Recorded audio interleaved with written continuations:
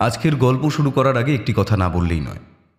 গতকাল আরজিকর মেডিকেল কলেজে ঘটে যাওয়া নৃশংস খুনে আমরা দোষীদের অবিলম্বে মারাত্মকভাবে শাস্তি চাই।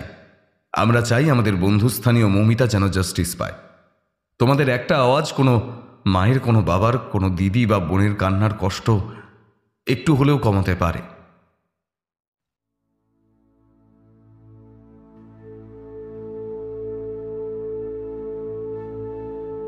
মা, এই ডাকটা জন্ম জন্মান্তরের সমস্ত সীমারেখা অতিক্রম করে নিয়ে আসে সম্পর্কের দাবি। সৃষ্টি, স্থিতি, প্রলয় যাই হয়ে যাক না কেন, সন্তান মায়ের কোলে ঠিকই ফিরে আসবে। আর মা তার জন্যই পথে বসে অপেক্ষা করে, কখনো জেনে কখনো বা না জেনে। যশোদার কোলে নন্দরানীর সাধের যদুরাজ ফিরে আসবে, আর তাকে ফিরিয়ে আনার জন্যই কি ডাক পড়ল তার? আজকের গল্প লেখা তিনিতা অর্থাৎ তানিয়া দাস এবং ব্রততী শ্যামলের যৌথ কলমে লেখা যদুরাজের পুনরুদ্ধার। গল্প পাঠ ও গল্পের সূত্রধার আমি, ব্রতদীপ। অন্যান্য চরিত্রে নীল, অধ্যায়, অভিক, প্রীতম, প্রদীপ্তা, বর্ষা, অভিযান, দেবাঞ্জন, দীপ্তিমান ও রিতম। শুরু হচ্ছে আজকের কাহিনী, যদুরাজের পুনরুদ্ধার।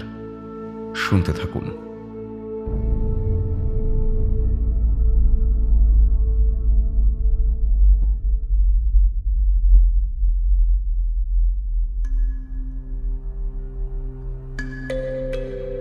শরতের শুরু, ভাদ্র মাস পড়েছে। কথাতেই আছে ভাদ্র মাসে 15 দিন রোদ আর 15 দিন জল। জলের ভাগই চলছে এখন। ভাসা ভাসা মেঘ উড়ে এসে আড়াল করছে সূর্যকে। কিছুক্ষণ মাত্র ঝমঝমি এক পশলা বৃষ্টি হয়ে যেতেই আবারও সূর্যের জ্বলন্ত রূপ চোখে পড়ছে। এমন দিনটা আপনা থেকেই মন বিষণ্ণ হয়ে থাকে। রবিবার হতে কাজকর্ম কিছু নেই, গুছিয়ে বাজার করে এনে গিন্নিকে সন্তুষ্ট করা গেছে। বাড়তি কয়েক পেয়ালা চাও রান্নাঘর থেকে তার কল্যাণে পেয়েছি। খানিকক্ষণ এটা ওটা বইয়ের পাতা উল্টালাম, কিন্তু না, গরম চা বা ঠান্ডা বইয়ের পাতা কিছুই এই বর্ষার দিনে মনটাকে ফুরফুরে করতে পারল না। তখন নেহাতি উঠে আনলা থেকে পাঞ্জাবিটা টেনে গলিয়ে নিলাম। ঘর থেকে বেরোতেই গিন্নির সঙ্গে দেখা। হাতায় করে কি যেন একরকম তরকারি তুলে এনেছে সে। আমায় দেখে বলল, ও মা, কোথাও যাচ্ছ নাকি? হ্যাঁ, একটু বেরোবো। তা যাও, রান্না হতেও তো ঢের দেরি। এখন এইটা একটু চেখে দেখো না গো, নুন ঝাল সব ঠিক আছে কিনা।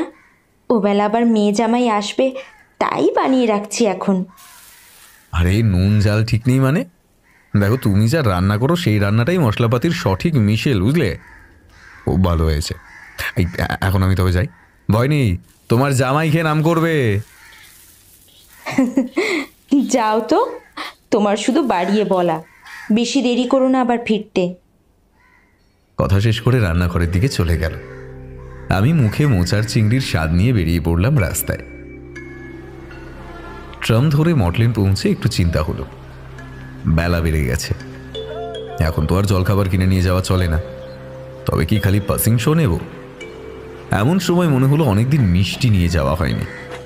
পাশের মিষ্টির দোকান থেকে এক ভার রাবড়ি কিনে নিলাম। তারপর বেশ পা চালিয়েই তারানাথের দরজায় গিয়ে দাঁড়ালাম।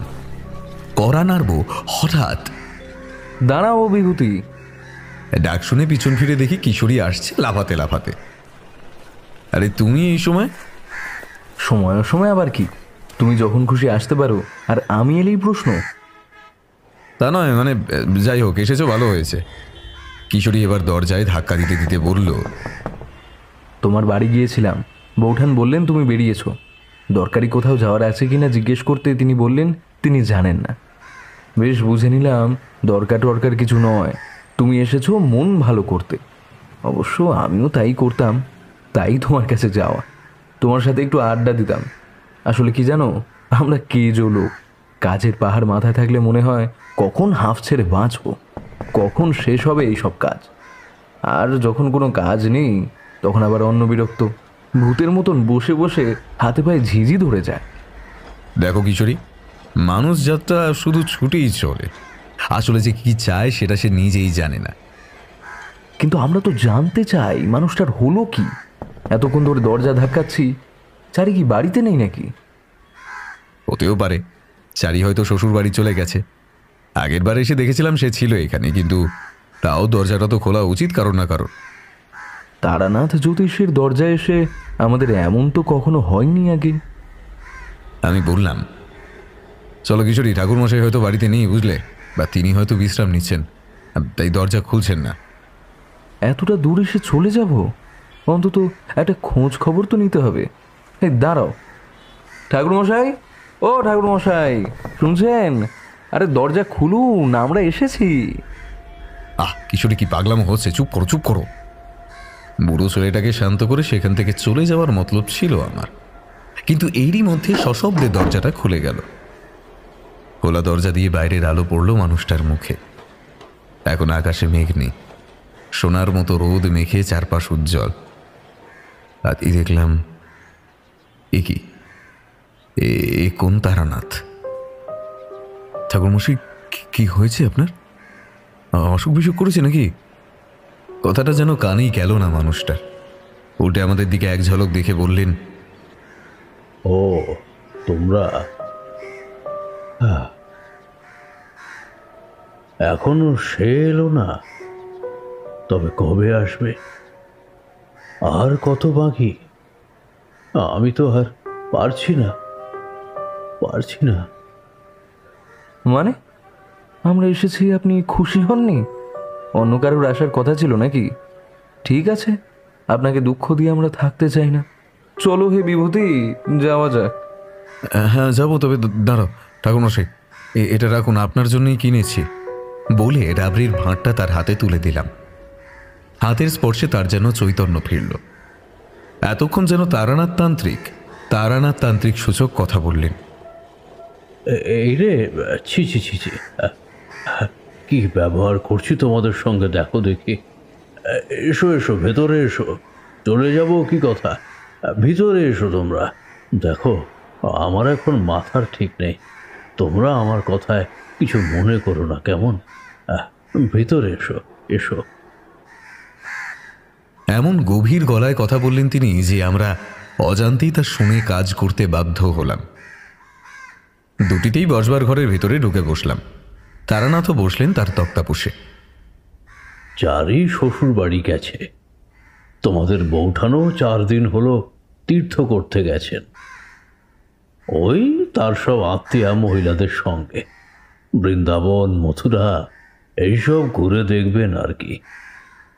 বলছি, চা যদি খেতে চাও আমি ওই মোড়ের দোকান থেকে কিনে আনতে পাঠাই নাকি? আরে না না, সকাল থেকে অনেক চা খেয়েছি, কিচ্ছু চাই না। আগে বলুন তো আপনার ব্যাপারটা কি? এমন চেহারা হলো কি করে? কিশোরীও দেখি বড় বড় চোখে তাকিয়ে তারানাথকে নিরীক্ষণ করতে করতে বলল, বহুদিন ঘুমাননি মনে হচ্ছে। খাওয়া দাওয়া হচ্ছে না বোধহয় সেভাবে। কোনো নতুন সাধনা করছেন নাকি খালি বাড়িতে বসে? এত ক্লান্ত দেখাচ্ছে আপনাকে যে কি বলবো। কথাটা মিথ্যে না।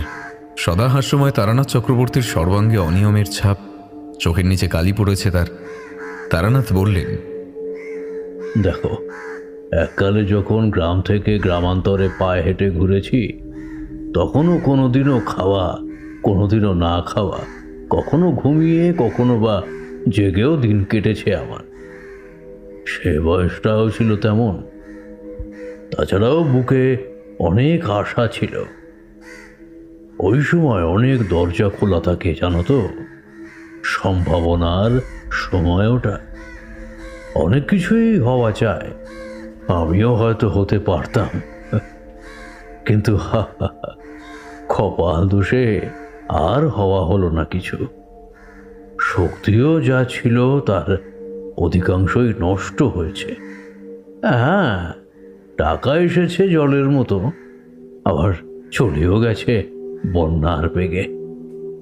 এ কথা আমরা জানি। রানী সুরা আর রেসের মাঠে দৌড়ানো ঘোড়ার জন্য রাজা মহারাজারা পর্যন্ত তলিয়ে গেছে কত। সেখানে তারানাথ চক্রবর্তীর মতো একজন বাড়ি পালানো ব্রাহ্মণ সন্ন্যাসী হাত দেখিয়ে জ্যোতিষী মানুষের অবনতি হওয়া নতুন কিছু নয়। কিন্তু সেসব কথা আজ কেন? এসব তো অনেক আগের কথা। তারানাথ চক্রবর্তী বহুবার ঘাটে ঠেকেছে, কিন্তু আবারও তারপর নিজেই নদীর স্রোতে সাঁতরিয়ে মহাসমুদ্রে গিয়ে মিশেছে। তাহলে আজ এত অবসাদ কিসের? মন পড়েই যেন তারানাথ বললেন, অবসাদ নয় গো, অবসাদ নয়, অস্থিরতা। একটা একটা অন্ধ অস্থিরতা ভাব আমায় না এক মুহূর্ত তিষ্ঠতে দিচ্ছে না। কি হচ্ছে জানো তো, চোখ বুঝলেই আমি শুনতে পাচ্ছি, চোখ খুললেই আমি দেখতে পাচ্ছি। খাওয়া, স্নান, ঘুম, জপ, ধ্যান, কিছুতেই শান্তি নেই। সব সময় শুধু না চাইতেই পা দুটো পথে বেরিয়ে যেতে চাইছে। কিন্তু বলো, আমার কি আর সেই বয়স আছে? এখন যেদিকে দু চোখ যায় বেরিয়ে যাব, সেটা কি সম্ভব? ঘরে গৃহিণী রয়েছে, তার প্রতিও তো কর্তব্য আছে আমার নাকি? আমি না থাকলে খাওয়া পড়া চলবে কেমন করে তার? এক সময় যাই করে থাকি, চারির জন্ম হওয়ার পর আমি তো বলতে গেলে একরকম গৃহী হয়ে গেছি। নিজের হাতে বাজার করতাম, সারাদিন মক্কেল সামলাতাম এই ঘরে বসে, আর সে বাড়ির ভিতরে ঘরকন্যা করত। চারি মানুষ হয়েছে এইভাবেই। যৌবন গিয়ে প্রৌঢ়ত্ব, তারপরে পেরিয়ে বার্ধক্যে পড়েছি। অনেকটাই তো জীবন ক্ষয় হয়ে গেছে আমার। তবে এখন আবার নতুন করে এ কি উপদ্রব বলো দেখি? মধুসুন্দরী দেবী পর্যন্ত সাড়া দিচ্ছেন না। জিজ্ঞাসা করলেই খালি হাসেন আর বলেন, ধৈর্য ধরো, তুমি নিজেই জানতে পারবে। আর কত দেবী, আর কত ধৈর্য ধরবো আমি? আমি যে আর পারি না। তুমি পারো বলেই তোমার এমন হচ্ছে। যে যে ভার সইতে পারে তার ভাগ্যে তেমনই বোঝা এসে পড়ে। অপাত্র কেউ তেমন জিনিসের মহিমা বোঝার যোগ্য নয়। এইসব বলে হেঁয়ালি করে দেবী অন্তর্হিতা হন। কিন্তু আমি যেখানে সেখানেই পড়ে থাকি। এরকম চলছে, তা প্রায় দিন 15 হলো। রাতটার কথা মনে আছে। শ্রাবণ সংক্রান্তি, সেই দিন অমাবস্যা তিথি ছিল। তোমরা তো জানো, অমাবস্যার রাতে প্রথমে মা কালীর পুজো করি আমি। তারপর সারা রাত জেগে তন্ত্রের নানান উপাচারে মধুসুন্দরী দেবীর সাধনায় বসি। সেই দিনও তাই করেছি। জপ সেরে সমস্ত নিয়ম পালনের পর দেবীর হোমান হলে আহুতি দিলাম। তার নাম স্মরণ করে প্রণাম করছি, এমন সময় আমার কর্ণকুহরে ধ্বনিত হলো সেই দৈব কণ্ঠ। মিষ্টি কণ্ঠে মধুসুন্দরী দেবী বলছেন, সামনেই তোমার বড় কাজ আসছে, তুমি প্রস্তুত থেকো। কোন কাজের কথা বলছেন দেবী?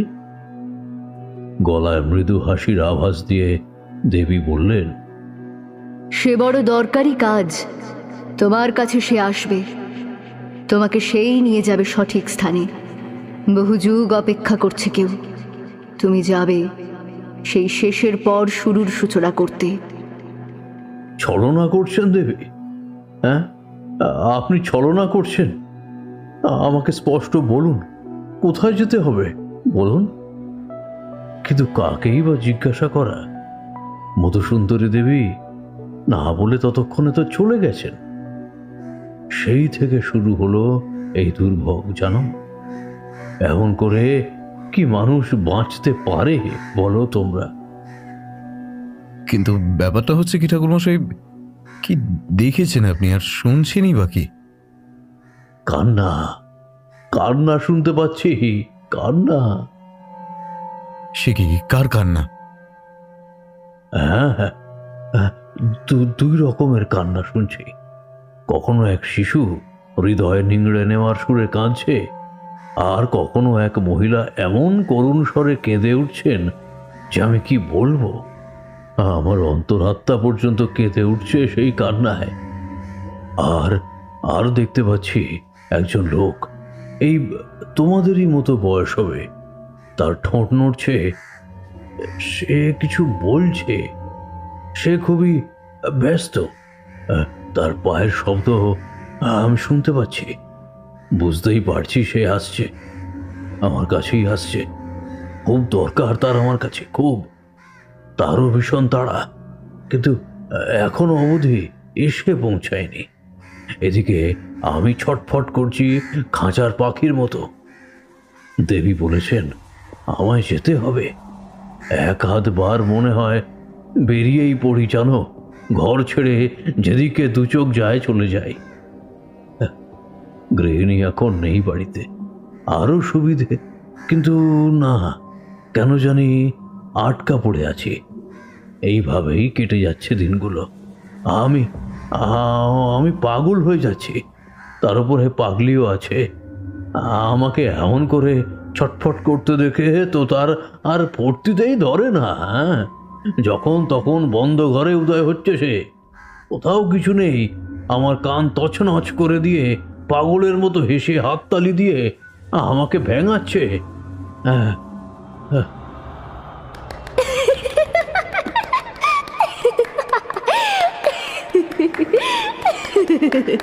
কেমন মজা, কেমন লাগছে বল? যাবো যাবো করছি, কিন্তু যেতে পারছি না। হায় রে, যেন খাঁচার মধ্যে ময়না আটিয়ে। তোকে দেখে না আমার ভারী আমোদ ধরছে, জানিস? তা তো হবে, তা তো হবে। তোমাকে না আমি মা বলেছিলাম?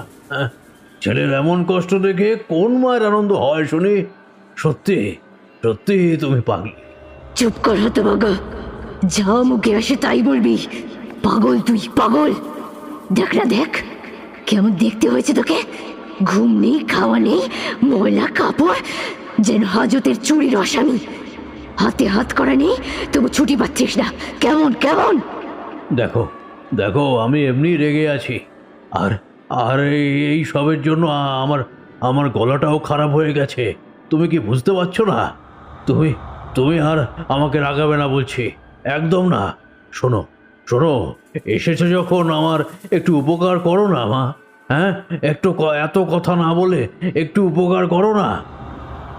তোমার তো অজানা কিছু নেই মা, বলো। আমাকে একটু ঠাউরে দেবে ব্যাপারটা কি হচ্ছে? হ্যাঁ, যার যার আসার কথা সে তো এখনো এলো না। আমি বরং বেরিয়ে যাই। হ্যাঁ, পথে দেখা হবে তার সঙ্গে। আমি তো তোমার ছেলে নাকি? হ্যাঁ, এইটুকু করতে পারো না? কথাটা শুনে পাগলি একটু গম্ভীর করল, মাথা নেড়ে বলল, তা পারি, কিন্তু নিয়ম তো তা নয়। যা করার তিনি এমনি করবেন, আমি কিছু বলতে পারবো না। বললেই অধর্ম হবে। আচ্ছা বেশ, শোন, সে যখন আসবে তখন তার সঙ্গে বেরিয়ে যাবি। চিন্তা ভাবনা কিছু করার নেই, যেখানে নিয়ে যাবে সেখানেই তোর যাওয়ার কথা। এইটুকু বলে দিলুম। হ্যাঁ, বাড়ি তো বললে। ও, পছন্দ হলো না কথাটা? ঠিক আছে, আমি চলে যাচ্ছি। তুই মর, চিন্তা করতে করতে মর। ছেলে ভেবে ভালো কথা বলতে এলুম, শুনলো না। দূর হ, দূর হ। যত পাগল ছাগলদের নিয়ে কাজ হয়েছে আমার। কি বলবো, তোমাদের সেই পাগলিটা আমার উল্টো পাল্টা যা খুশি বলে। আমাকেই পাগল বলে। যেমন এসেছিল তেমনই মিলিয়ে গেল আবার। আরে তার সাথে ঝামেলা করেই তো আমার গলার এই অবস্থা। এদিকে এদিকে আমি ভেবে ভেবে আর পারছি না। ও, আসবে জানি, কিন্তু কখন আসবে সেটাই তো জানি না। বয়স তো হচ্ছে, এখন কি এত উদ্বেগ সহ্য হয়? তোমরাই বলো না, সহ্য হয়? দেখুন, আপনার কথাই আলাদা। যেসব কথা আপনি বলছেন এসব কথার মানে বোঝা ঠিক আমাদের মতো সাহেবী কোম্পানির চাকুরিদের পক্ষে সম্ভব নয়। এইরকম অবস্থায় আর কিছু বলতে না পেরে আমি এটাই বললাম। কিশোরী ততক্ষণে ভাবে যে কাজে এসেছিলাম আজ আর হচ্ছে না সেটা, আর তার আভাস মোটামুটি পেয়েছি। এখন তবে করণীয় কি চলে যাব? এই কথাই ভাবছি, এমন সময় হঠাৎ বাইরে একটি গলা শোনা গেল। বেশ মোটা গলায় এক ভদ্রলোক বলছেন, কেউ আছেন? বাড়িতে কেউ আছেন নাকি? কে কে এলো? দেখছি, দাঁড়ান। কিশোরী দৌড়ে গিয়ে সেই ভদ্রলোকের সাথে কথা আরম্ভ করতে শুনতে পেলাম। কাকে চান? আচ্ছা, এটাই কি তারানাথ চক্রবর্তীর বাড়ি? হ্যাঁ, নিশ্চয়ই। ওই যে দেখুন, সাইনবোর্ডে নাম দেওয়া আছে। হ্যাঁ হ্যাঁ, তাই তো, আমি লক্ষ্যই করিনি। লক্ষ্য করবার মতো কথা নয়। সাইনবোর্ড তো বলতে জিনিসটা আসলে টিনের পাতলা একটা পাতি, জং ধরে তার অবস্থা বড়ই শোচনীয়। কে এসেছে বলো তো? হ্যাঁ, এত টান লাগছে কেন আমার? কে এসেছে? এই ততক্ষণে বাইরে থেকে ভিতরে এসে পৌঁছলো কিশোরীর সঙ্গে আগন্তুক। এক ঝলক দেখে যা বোঝা যায় তাতে ভদ্রলোকের বয়স 50 থেকে 60-এর মধ্যে। উজ্জ্বল গৌরবর্ণ, ধুতি পাঞ্জাবি দুটোই দামি, পায়ে বেশ শৌখিন পাম শু, যাতে বর্ষার কাদা কালিমা লেপন করেছে। তার হাতের ছাতাটা দেখে মনে হলো বিলিতি। ভদ্রলোকের চোখের সোনার ফ্রেমের চশমা, মাথার চুল পরিপাটিভাবে আঁচড়ানো, মুখে দাড়ি গোঁফ নেই। এবার তিনি তারানাথকেই লক্ষ্য করে বললেন, আচ্ছা, আপনার নাম কি তারানাথ চক্রবর্তী? তারানাথ যেন উত্তর দেবার আগে মুহূর্তকাল মনে হলো কোথাও চলে গেলেন। এদিকে জবাব আসতে দেরি হওয়ায় লোকটা আবার প্রশ্ন করে, বলছিলাম, আপনি কি স্বনামধন্য তান্ত্রিক জ্যোতিষী তারানাথ চক্রবর্তী? বলতে না বলতেই শিশুসুলভ উত্তেজনায় তারানাথ তার সামনে গিয়ে অস্থির গলায় বললেন, হ্যাঁ, আমি আমি আপনার জন্যই তো পথ ছেয়ে বসেছিলাম এতদিন। এলেনি যদি? এত দেরি করলেন কেন মশাই? হ্যাঁ, যাই হোক, চলুন এবার বেরিয়ে পড়ি, আমার যে আর তর সইছে না। এই বলে তিনি হাত বাড়িয়ে দেওয়ালে টাঙানো ঝোলাটা কাঁধে ফেলে দিলেন। এক বস্ত্রে তারানাথ পথে নামতে প্রস্তুত, কিন্তু লোকটি অতিশয় অবাক হয়েছেন। তার চোখে মুখে বিস্ময়, তবুও সে বিনীতভাবে বলল, দেখুন, আপনার যে ক্ষমতা আছে তা আমি শুনেছি। সত্যি বলতে আপনার খোঁজ পেয়েছি আমারই এক সম্বন্ধের কাছ থেকে। তার নাম রণদাচরণ ঘোষ। রামনগরে গিয়েছিলেন আপনি একবার। ব্রহ্মপিশাচের পাল্লায় পড়েছিল সে। তাকে আর তার পরিবারকে রক্ষা করেছিলেন। বর্তমানে আমার পরিবারে যে অলৌকিক অস্থির ভাব একেবারে দেখা দিয়েছে, তার নিরাময় আপনি করতে পারেন, এই কথাই সে আমাকে বলল। এই তাই পরিমরি করে ছুটে এসেছি। আর কোথায় বা যাব? এ তো আর কোনো অসুখ নয় যে বৈদ্য চিকিৎসা করে সারাবে। মাথার ব্যারাম হয়, তার চিকিৎসাও হয়, সে আমি জানি। কিন্তু তীব্র সুস্থ সবল একটা মেয়ে বিয়ে করে স্বামীর ঘরে এসেছে সবে 2 দিন হলো। এরই মধ্যে রাতারাতি কি কেউ পাগল হয়ে যায় নাকি? আমি আর কিশোরী মৌনতা অবলম্বন করছি। বাক্যে থাকলে সময় অসময় অনেক কিছুই হওয়া যায়, ভালো হোক বা মন্দ। লেখা যদি থাকে তবে ঘটনা ঘটা রুখতে পারবে না কেউ। তা জানি, কিন্তু আপনার কাছে যে আমি এসেছি তা আপনি জানলেন কেমন করে? এই কথাটায় তারানাথ যেন নিজেতে ফিরে এলেন। আবার স্বভাব সুলভ গাম্ভীর্যে একটু হাসলেন, তারপর বললেন, ওই যে বললাম, আমার ভাগ্যে ছিল তাই আপনি এসেছেন। এর থেকে বেশি কিছু জানার দরকার নেই আপনার। কিন্তু এখন অযথা বিলম্ব করছেন কেন? চলুন না। আমার পরিচয় দেওয়া হয়নি এখনো না। সেই পর্বটা অন্তত মিটিয়ে তারপর যাত্রা করব। আপনি অনেক কিছুই জানেন, কিন্তু আমার দিক থেকেও কিছু কথা আপনাকে বলা প্রয়োজন। আমার নাম অনন্ত নারায়ণ গোস্বামী। নমস্কার। আমি এসেছি নবদ্বীপ থেকে। এককালে ওই এলাকায় আমার ঠাকুর দাদার জমিদারি ছিল। বাবা ঢাকায় থাকতেন, আমি বড় হয়েছি সেইখানে। তার মধ্য বয়সে ওখানকার পাট চুকিয়ে দিয়ে এখানে চলে এসেছি। জমিদারি এখনো আছে, তবে দীর্ঘদিন প্রবাসে থাকার দরুন এখন তা আমাদের শরিকেরাই দেখাশোনা করে। আসলে আমার মাতুল বংশে আমার মাতৃদেবী বই আর কোনো অংশীদার ছিল না, সে বংশ জমিদারের, তাই বাধ্য হয়ে বাবাকেই এদিককার দায়িত্ব কার্যত সৎ ভাইয়ের হাতে দিয়ে ওদিকটা সামলাতে যেতে হয়েছিল। আমি এখন ওই দিকের দায়িত্ব বিশ্বস্ত কাজের মানুষের হাতে দিয়ে এসেছি। ইচ্ছে আছে মাঝে সাঝে যাব, আমার পর আমার ছেলে যাবে, কিন্তু পাকাপাকি বসবাস পৈতৃক স্থানেই করব এখন থেকে। বড় অদ্ভুত দায়ে পড়ে আপনার দ্বারস্থ হয়েছে ঠাকুরমশাই। রণদাচরণ ভরসা দিয়েছে আপনি আমায় ফেরাবেন না, দয়া করে আমার সঙ্গে চলুন, নয়তো আমার ছেলেটার সংসার তো ভাঙবেই। তাছাড়াও একটা ভালো মেয়ের জীবনের সুখের পর্ব শুরু হওয়ার আগেই যেন সব শেষ হয়ে যাবে পাগলের পথ নামে। আরে আপনার সঙ্গে আমি তো যাব বলে পা বাড়িয়েই আছি, আপনি আমাকে নিয়ে চলুন না। লোকটি এইরকম কথাবার্তা শুনে গোড়া থেকে বিস্মিত হচ্ছেন, কিন্তু এই কথাটা শুনে যেন আরো একটু বেশি অবাক হলেন, কিন্তু তার প্রতিবাদ করলেন না, বললেন, বেশ বেশ, চলুন তবে। কি আশ্চর্য, তারানাথ চক্রবর্তী একসঙ্গে আমাদের দুজনকে উপেক্ষা করে রইল, ছোলা চলল ভোলার মতো পত্রপাঠ বেরিয়ে যাচ্ছেন ঘর থেকে, অথচ আমার হাতে তখনও রাবড়ির ভাঁড়, আর কিশোরীর মাথায় তো গিজগিজ করছে প্রশ্ন, কিন্তু উত্তরটা দেবে কে? এর মাঝেই আমি জিজ্ঞেস করে ফেললাম, আরে ঠাকুরমশাই, আপনি যাচ্ছেন কোথায়? হ্যাঁ যাবো তো। ও দেখেছো, তোমরাও তো আছো, আমি তো তোমাদের ভুলেই গিয়েছি। শুনছো, ডাক এসেছে, সেই ডাকে যাচ্ছি। হ্যাঁ, ডাক এসেছে। সে যান, কিন্তু এই জিনিসটা নিয়ে যান, আপনার নাম করে কিনেছি যে। তারানাথ ধারের দিকে একবার তাকালেন, তারপর যে কথাটা বললেন সামনে দাঁড়িয়ে ওর মুখে না শুনলে বিশ্বাস হতো না। ওটা ওটা তোমরা আজ দুজনে ভাগাভাগি করে খেয়ে নাও।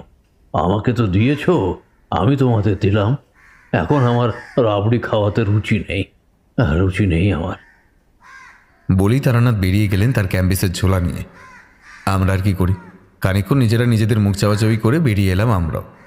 অবশ্যই চলে আসার আগে কিশোরীর বুদ্ধি হলো, এমন হাট দরজা রেখে তো যাওয়া যায় না, তাই খুঁজে পেতে একটা তালা লাগিয়ে দিয়ে আসা হলো দরজার করার বাইরে থেকে। চাবিটা দিয়ে আসা হলো গলির মুখের চায়ের দোকানটায়। ফিরে আস্তে আস্তে কিশোরী বলল, দূর দূর সব মাটি করে দিল।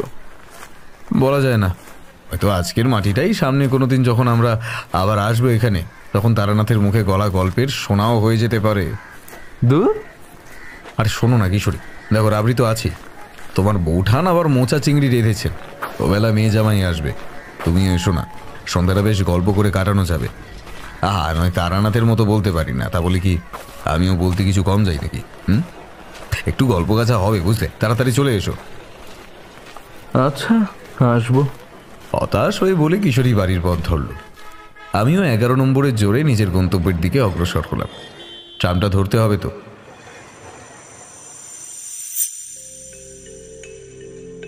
বৃষ্টির পাট চুকে একটু শুকনো হয়েছে মাটিটা, দুটিতে সলা পরামর্শ আগেই করেছি। এবার একই সঙ্গে ট্রাম থেকে নেমে গলিতে ঢুকলাম। চায়ের দোকানে যেতেই কিশোরী জিজ্ঞেস করলো, আচ্ছা, ওই যে ও বাড়ির ঠাকুরমশাই এসেছিলেন, চাবি নিয়ে গেছেন? হ্যাঁ, আজই তো এলেন। ও তাই? বাহ, শুনলে বিভূতি, আমরা ঠিক দিনে এসেছি। আজ আমি কিছু কিনিনি, আর তুমি পাসিং শোটা নিয়ে নাও তো। ঘাড় নেড়ে আমি সম্মতি দিয়ে 2 প্যাকেট পাসিং শো কিনে নিলাম। কিশোরী শালপাতার মোড়কে গরম গরম ডালপুরি, তরকারি আর জিলিপি নিয়েছে। সন্ধ্যের এই সময়টা গোটা গুলি মম করে ডালপুরির মহিমায়। আমরা এসে সোজাসুজি দরজায় ঘা দিলাম। এসো এসো, খোলাই আছে, চলে এসো ভিতরে। অমায়িকভাবে ডাকলেন তারানাথ। ভেতরে ঢুকে দেখি সব এক, পলেস্তরা খসা পড়া দেওয়াল, বসলেই ক্যাচ ক্যাচ করে শব্দ হওয়া পুরনো কাঠের তক্তপোষ, দেওয়ালে ঝোলানো মা কালীর ছবি, তাকে সদ্য পরানো লাল টকটকে রক্ত জবা মালা। তারানাথ যে ত্রিশূলটার দিকে সসম্ভ্রমে দেখেন, মাঝে মাঝে সেটিও সংস্থানে বিরাজ করছে। তারানাথ তান্ত্রিকের কোনো বদল নেই। ঘরে আলো জ্বলছে, সেই আলো আলোর চেয়ে অন্ধকার ছড়াচ্ছে বেশি গায়ে পড়া হলদে রঙের আলোটা। পাল্লা ভাঙা জানালা আর খোলা দরজা থেকে শারদিয়া হাওয়া এসে ঢুকছে ঘরে। তারানাথের সব পুরনো হলেও তার পরিধান জিনিসটি যাকে বলে শতকরা নতুন, চকচক করছে ধুতিটা। সেই দিকে দেখছি দেখে তারানাথ বললেন, গোস্বামী বাড়ির ভেট বলতে পারো, এরকম তত্ত্ব দিয়েছে তারা। তারই মধ্যে থেকে একটা ভেঙে পড়ে এসেছি আজ।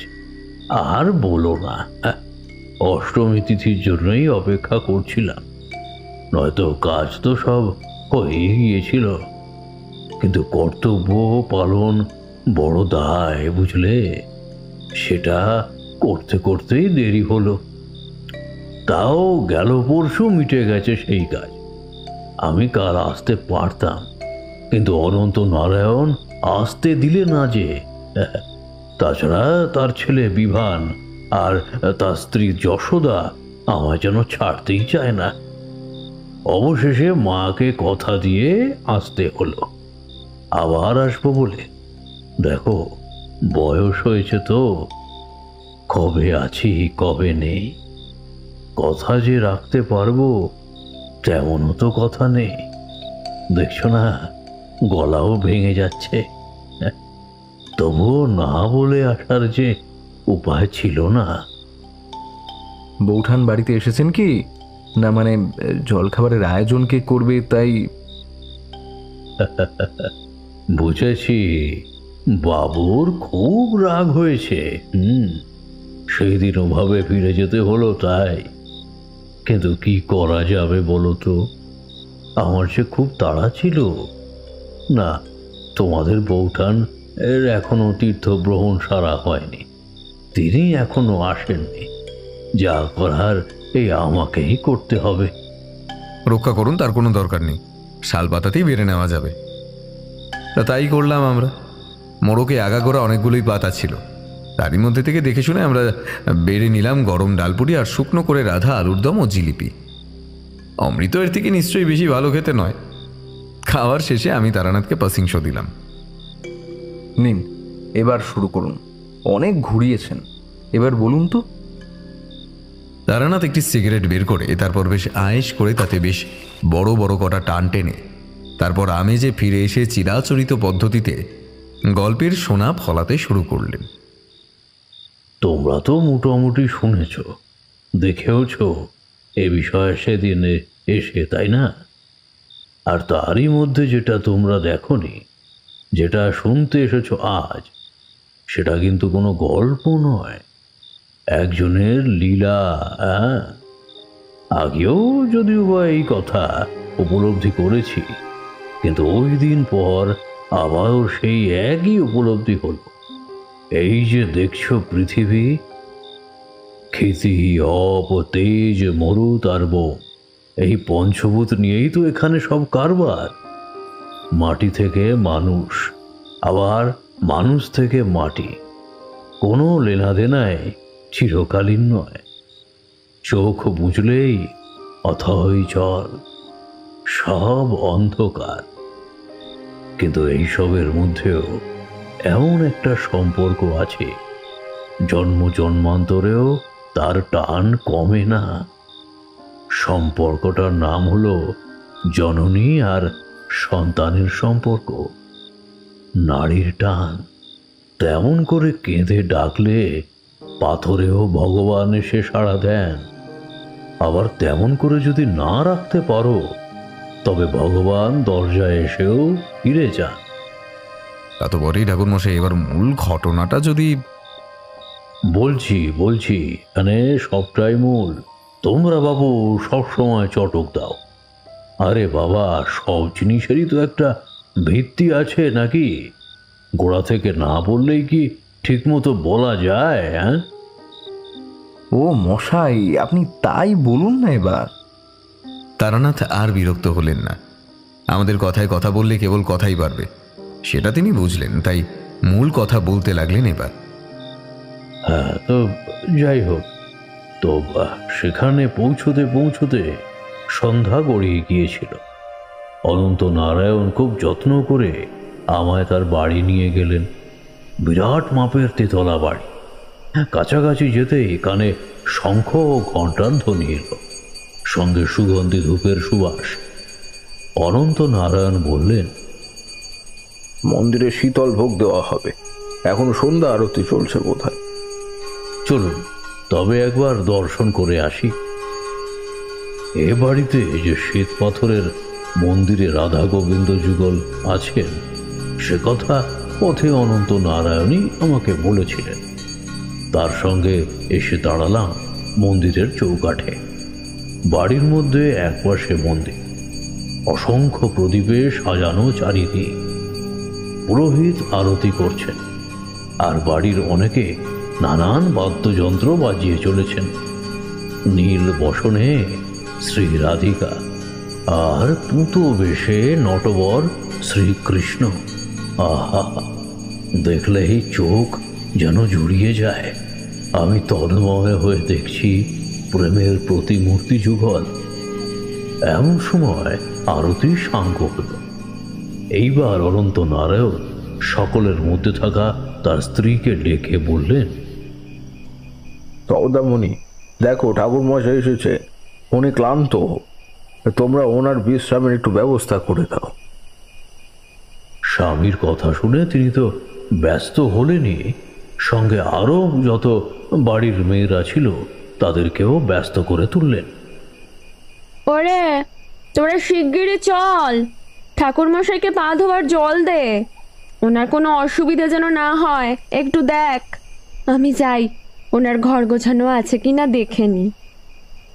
তারপর সবাই মিলে আমায় নিয়ে ভারী ব্যস্ত হয়ে পড়ল।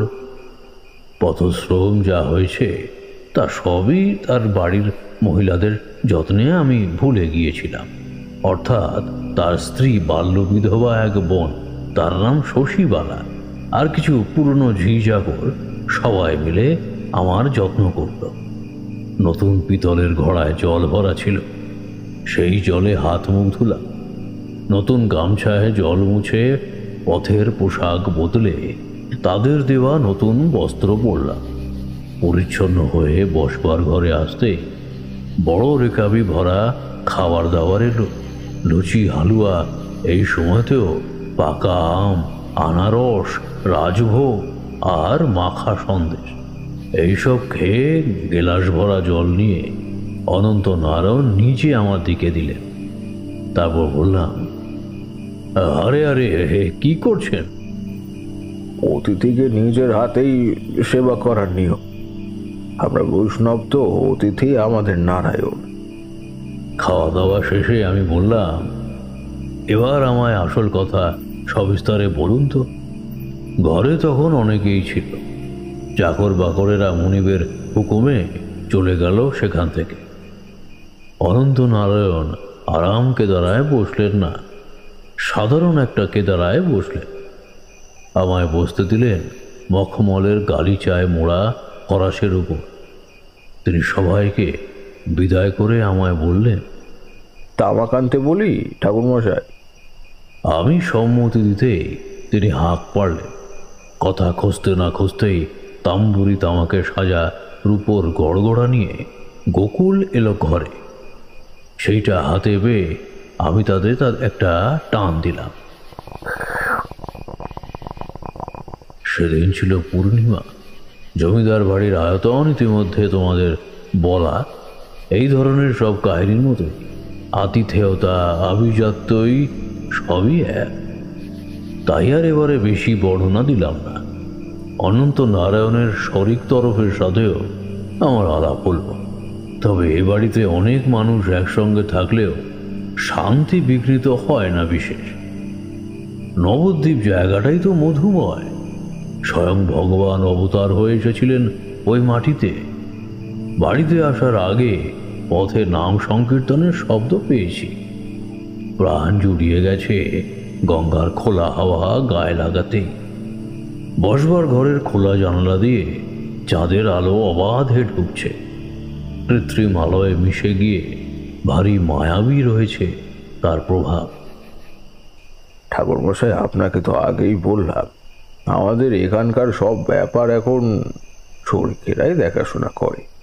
তবুও আমার আসল মানবতায় আমাদেরও প্রভাব কিছু কম নয়। সে যাই হোক, মোটামুটি দিন আমাদের ভালোই কাটছিল। গেল মাসেই আমার একমাত্র ছেলে ভিভার নারায়ণের বিয়ে দিয়েছি। পাত্রী অতি সুলক্ষণা এবং লক্ষ্মীশ্রী। সে এখানকারই মেয়ে, পাশের গ্রামের এক অতি নিষ্ঠাবান ব্রাহ্মণদের মেয়ে। সে তাকে নিজের ঘরে লক্ষ্মী করে এনেছে কেবলমাত্র তার কুল ও মর্যাদার জন্যই। অর্থ খ্যাতি আমাদের এসব প্রচুর আছে। আমি একটু রক্ষণশীল মানুষ, আমার স্ত্রীও ঈশ্বর বিশ্বাসী। বিভান অন্তত বুঝদার এবং রুচিশীল একটা ছেলে। বয়স কম হলেও তার বিচক্ষণতার অভাব নেই। আশা ছিল সংসারটা শান্তির হবে। বাড়িতে রাধা মাধবের মন্দির রয়েছে। আমার ঠাকুরদার ভগবত নারায়ণ গোস্বামী প্রতিষ্ঠা করেন ওই মন্দির। শুনেছি ঠাকুরদা এ বাড়ির নির্মাণ করার পরই প্রথম বিয়ে করে। তবে সেই স্ত্রী বড়ই খঞ্চমা। তবে তার মৃত্যুর বিষয় একটা ভারী অদ্ভুত কাহিনী রটনা আছে। কিরকম? হ্যাঁ, এবার সেই কথাই বলি। আমার স্বর্গীয় প্রথম ঠাকুমা নিঃসন্তান ছিলেন। তবে সংসারে এই জন্য তাকে বঞ্চনা করেননি কেউ। তিনি ছিলেন ভক্তিমতী। সন্তান সুখ না পেয়ে ঈশ্বরেই শান্তি খুঁজে নিয়েছিলেন। ঠাকুরদা নিজেও ধার্মিক বৈষ্ণব। স্ত্রীর মন সর্বক্ষণ ভরাট রাখার জন্য তিনি এই বাড়িতে রাধা মাধবের মন্দির প্রতিষ্ঠা করেন। তবে সেই বিগ্রহের আরাধনা ঠাকুমা করতেন না বিশেষভাবে। কুল পুরোহিত ওই দিকটা সামলাতেন। আর ঠাকুমা সব সময় ব্যস্ত থাকতেন তার গোপালকে নিয়ে। ঠাকুমার প্রকৃতি অত্যন্ত মধুর ছিল। ঠাকুমা ভালোবাসতেন তাকে। হয়তো ভেবেছিলেন কোলে সন্তান পাবে না, নারীর মন বংশ রক্ষার খাতিরে ঠাকুর তাকে আবারও দ্বার পরিগ্রহ করতে হবে হয়তো। তখন একলাটে তিনি কি করবে? চোখের জল ফেলতে হবে তাকে। তাই ঠাকুরদাই এক অতি মূল্যবান দেব মূর্তি তৈরি করে এনে দেন ঠাকুমাকে। সোনার গোপাল। কিন্তু ঠাকুমার তাকে ঠাকুর নয়, ছেলের মতো আগলে রাখতে, ভালোবাসতে, আবার মায়ের মতো শাসনও করতে। এরকম খেয়াল ভেবে সবাই ঠাকুমাকে তার মতো ছেড়ে দিয়েছিল। তখন এরই মধ্যে আমার ঠাকুরদা আবারও বিয়ে করে। সেই দ্বিতীয় স্ত্রীর সন্তান আমার বাবা শ্রীধর নারায়ণ গোস্বামী। আমার বাবা তখন ছেলে মানুষ। আমার প্রকৃত ঠাকুমা হঠাৎ মারা যান। ওইদিকে এ বংশের বড় গিন্নি সোনার বাল গোপাল নিয়ে দিনরাত্রি মেতে রয়েছে। মামারা ছোট ছেলেটা অনাথ হয়ে রয়েছে। ঠাকুরদার কাছারি জমিদারির হাজার রকম কাজে ব্যস্ততা। তাই সংসার সামলানোর জন্য খুব অল্প দিনের মধ্যেই আবারও ঘরে নতুন বউ আসে। ঠাকুরদার তৃতীয়া স্ত্রী, তারই সন্তানেরা এখন আমাদের অনুপস্থিতিতে এখানকার মাথা হয়ে বসেছে। লক্ষ্য করলাম কথাটা বলার সময় অনন্ত নারায়ণের চাপা দীর্ঘশ্বাস পড়ল। আমি জিজ্ঞাসা করলাম, তারপর যেমন চলার তেমনি চলছে দিন। এরই মধ্যে হঠাৎ করে রাতে ঘটল বিপর্যয়টা। কি বিপর্যয়? ডাকাত পড়লো এই বাড়িতে। সে সময়ের বিখ্যাত ডাকাত চামুণ্ডেশ্বরের দল হামলা করলো। সর্দারও ছিল দলে সেই দিন, কিন্তু আমার ঠাকুরদা যেমন তেমন কেউ ছিল না। বৈষয়িক বুদ্ধি তার অতি তুখর ছিল। এমন যে কিছু একটা হতে পারে এই আশঙ্কা কম বেশি সব ধনী মানুষেরই থাকে। তিনি আগে থেকে প্রস্তুত ছিলেন। ফলে অসুবিধে হলো না। যাবতীয় ধন সম্পদ মুহূর্তে পাতাল ঘরে পাচার হয়ে গেল। মানুষজন সবাই গিয়ে ঢুকলো সেইখানে। যেতে পারল না কেবল আমার ঠাকুরদা। কারণ হাজারো ভয়, হাজারো অজুহাত দেখিয়েও আমার বড় ঠাকুরমাকে কিছুতেই তার শোবার ঘর ছাড়া করা যায়নি।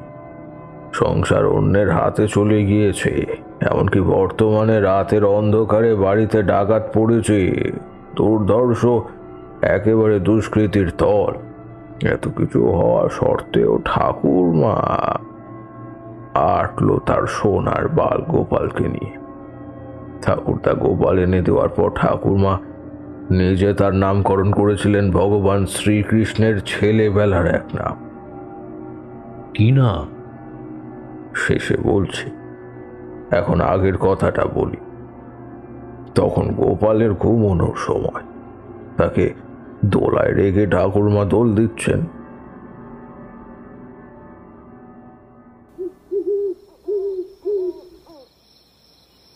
সোনা ঘুমালো, পাড়া জুড়লো, লক্ষ্মী সোনা ছেলে, আমার সোনা চাঁদের কণা ঘুমিয়ে পড়ে কোলে।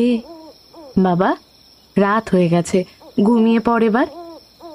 নন্দরানী, তুমি এখনো এখানে কি করছো? ওদিকে বাড়িতে যে ডাকাত পড়েছে, তুমি দরজা খুলে এভাবে?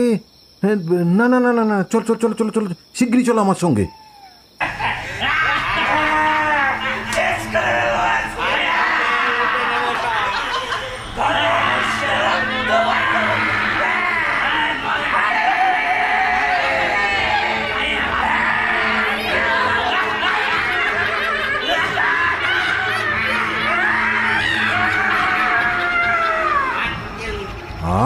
শুনতে পাচ্ছ না? তারা এদিকেই আসছে। এখান থেকে এখন পালিয়ে যেতে হবে আমাদের। সবাই চলে গেছে, আমি গিয়েও ফিরে এসেছি তোমাকে না দেখতে পেয়ে। এই চলো। ছাড়ো, এমন করে চেঁচিও না, ধীরে ধীরে কথা বলো। দেখছো না তোমার গোড়া চাঁদ ঘুমোচ্ছে? খুব দুষ্টু জানো, কিছুতেই ঘুমোতে চায় না।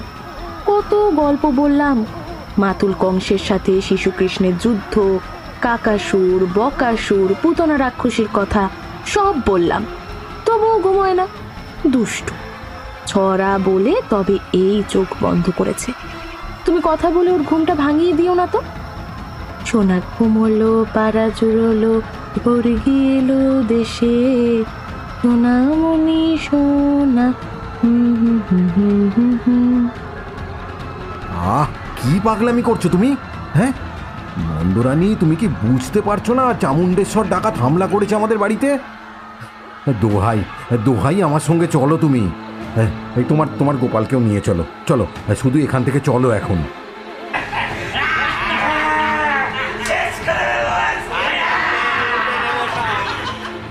একসঙ্গে অনেক মানুষ ঢুকে পড়লো ঘরে। তাদের হাতে বল্লম, তীর, মশাল, আরো কত কি। প্রদীপের আলোয় তারা প্রথমে একবার ঠাকুরদার মুখ দেখল, তারপর সোজা ফিরল ঠাকুমার দিকে। কর্কশ গলায় এক ডাকাত বলল, মেয়ে মানুষের গায়ে আমরা হাত দিই না, তারা মায়ের জাত, আমরা মায়ের পুজো করি। ভালোয় ভালোয় সব গয়না আমাদের খুলে দে, নয়তো এখনই তোর স্বামীর গলা নামায় দেব। ডাকাতদের হাতে শানিত অস্ত্র। ঠাকুরদা নিরস্ত্র ছিলেন, কিন্তু তবুও তিনি বীর পুরুষ। ডাকাতের চেহারা ডাকাতের মতো, বিরাট মাপের কালো কালো চেহারা সব, মাথায় ঝাঁকড়া চুল, কপালে রক্ত তিলক, একজনের গলায় আবার জবা ফুলের মালা। পরে জানা গিয়েছিল সময়টা ছিল কৃষ্ণপক্ষ। রাতে মায়ের পুজো দিয়ে প্রসাদী মালা গলায় পড়ে চামুণ্ডাদের দলবল নিয়ে একেবারে ডাকাতি করতে বেরিয়েছিল। তার হাতে মায়ের বলির খাড়া।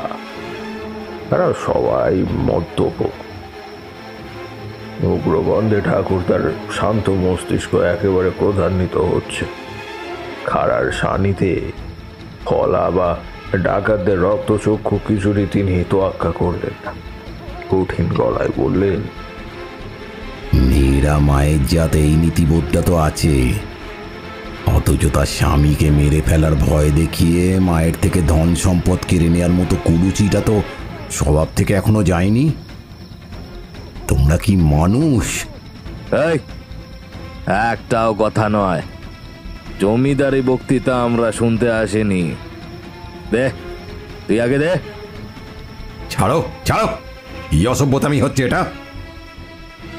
ঠাকুরদা বাধা দিতে চাইলেন কিন্তু পারলেন না।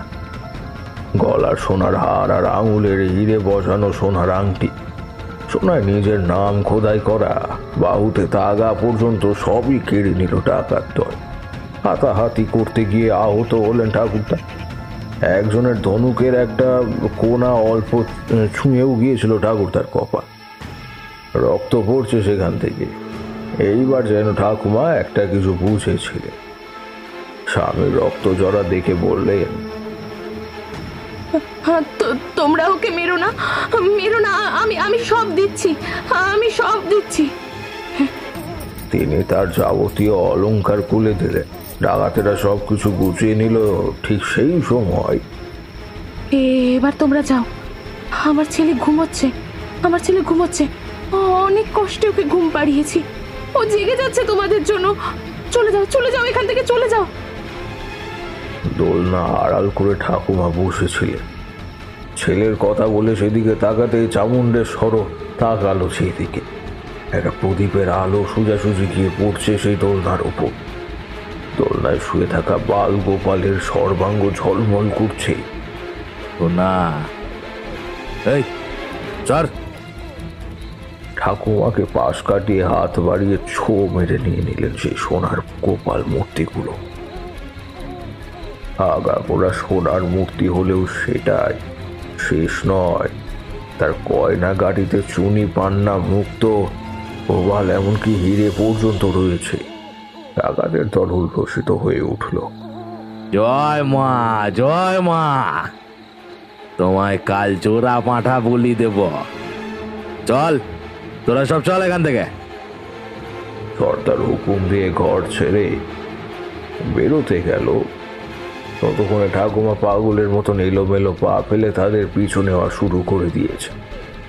কোল থেকে সন্তান কেড়ে নিলে মা যেমন করে, তেমন করে ঠাকুমা বিলাপ করছে। ওগো, ওগো, শোনো, শোনো, তোমরা কি করছো? আমার ছেলেটাকে নিয়ে যাচ্ছ কেন? ও যে আমার ছেলে, ও যারা আমার কেউ নেই, ওকে নিয়ে যেও না। শোনো, শোনো, ওকে নিয়ে যেও না। আমি তো সব দিলাম তোমাদের, তোমরা ওকে ফেরত দাও, ফেরত দাও আমার কাছে, ওকে দিয়ে যাও আমার কাছে, ফেরত দাও। ঠাকুরদা আর দাঁড়াতে না পেরে ছুটে এসে ঠাকুমাকে আটকালেন সদর দরজার কাছে। নটবর, রাখাল, রতন, বিশ্বনাথ, আর লুকিয়ে থাকিস না, যে যেখানে আছিস উঠে আয়। ডাকাতের দলকে ধাওয়া করতেই হবে, লেঠেলদের ডাক শিগগিরি। মুহূর্তে গোটা বাড়ি উথাল হয়ে উঠল। ডাকাতেরা তখন মাঝপথ অব্দি চলে এসেছে, কিন্তু ঠাকুরদার ইচ্ছে থাকলেও তাদের ধরতে যেতে পারেনি। ঠাকুমা অশান্ততর হয়ে উঠেছেন তখন। ঠাকুরদা তাকে সামলাচ্ছেন। আর ছোট ঠাকুমা এসেছিলেন দিদির মতো মানুষটাকে বোলাতে, কিন্তু কিছুই করতে পারলেন না। ঠাকুরদা বলছেন, নন্দরানী শান্ত হও, তুমি কেন এমন করছো? এই দেখো তো, মাথাটা ঠুকে ঠুকে ফাটিয়ে ফেলছে। হ্যাঁ, দিরাজজিকে বল জল আর কাপড় আনতে, কবিরাজকে খবর দাও, ওষুধ এনে লাগাতে হবে এই ক্ষতস্থানে। এইভাবে রক্তক্ষরণ হতে থাকলে যে ক্ষতি হয়ে যাবে। ছোট ঠাকুরমা খবর পাঠাচ্ছি বলে বেরিয়ে গেল ঘর থেকে। ঠাকুরমা তখনও শান্ত হননি।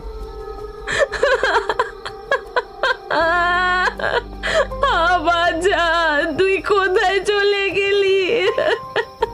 ওরা তোকে নিয়ে গেল, আমার কোল থেকে নিয়ে চলে গেল। আমি তোকে ছাড়া কি করে থাকবো? আমাকে তোর সঙ্গে নিয়ে চল, আমি আর পারি না। ঈশ্বর, আমাকে মেরে ফেলো, মেরে ফেলো, মেরে ফেলো, আমাকে মেরে ফেলো।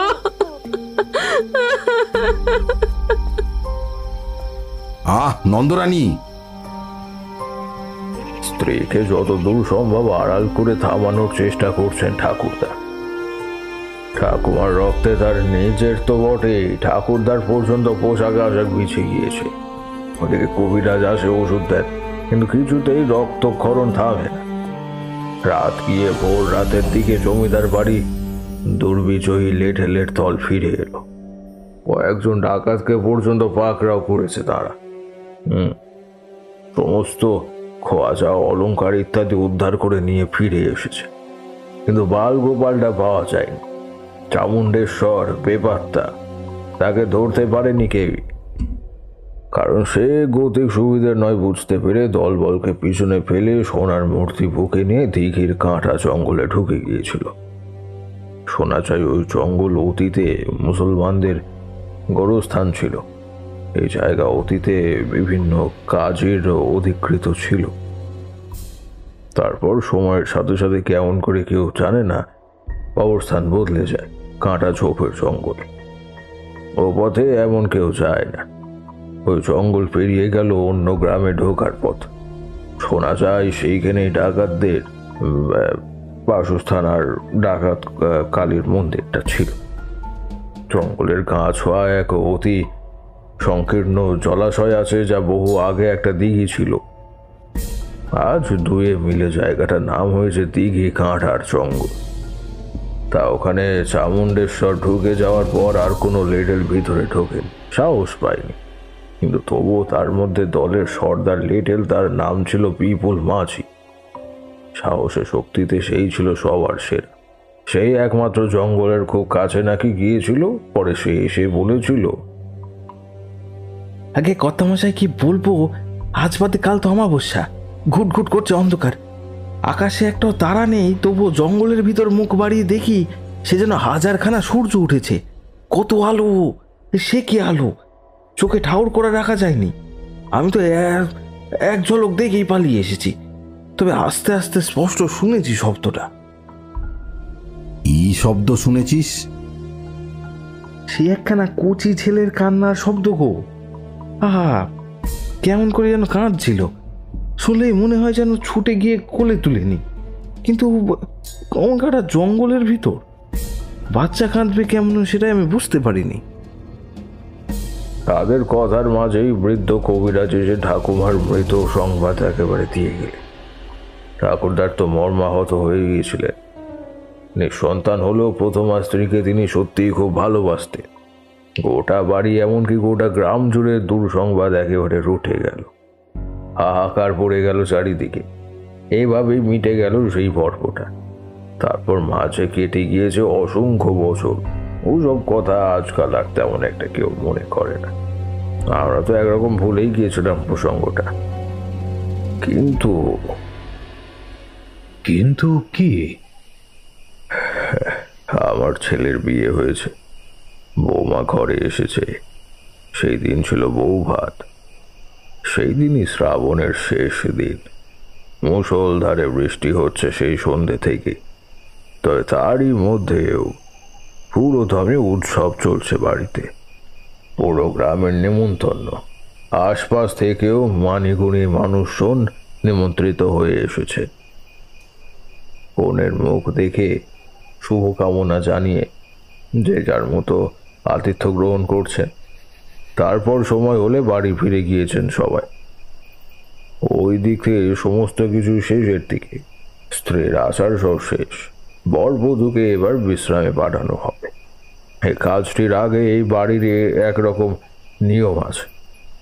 নবদম্পতি প্রথমবার এক ঘরে যাওয়ার আগে তাদের আগামী জীবনের সুখ শান্তি চেয়ে নেবে গৃহদেবতা রাধা গোবিন্দের কাছে।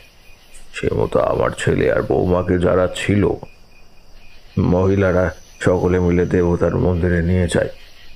আমি তখন কাছে ছিলাম না।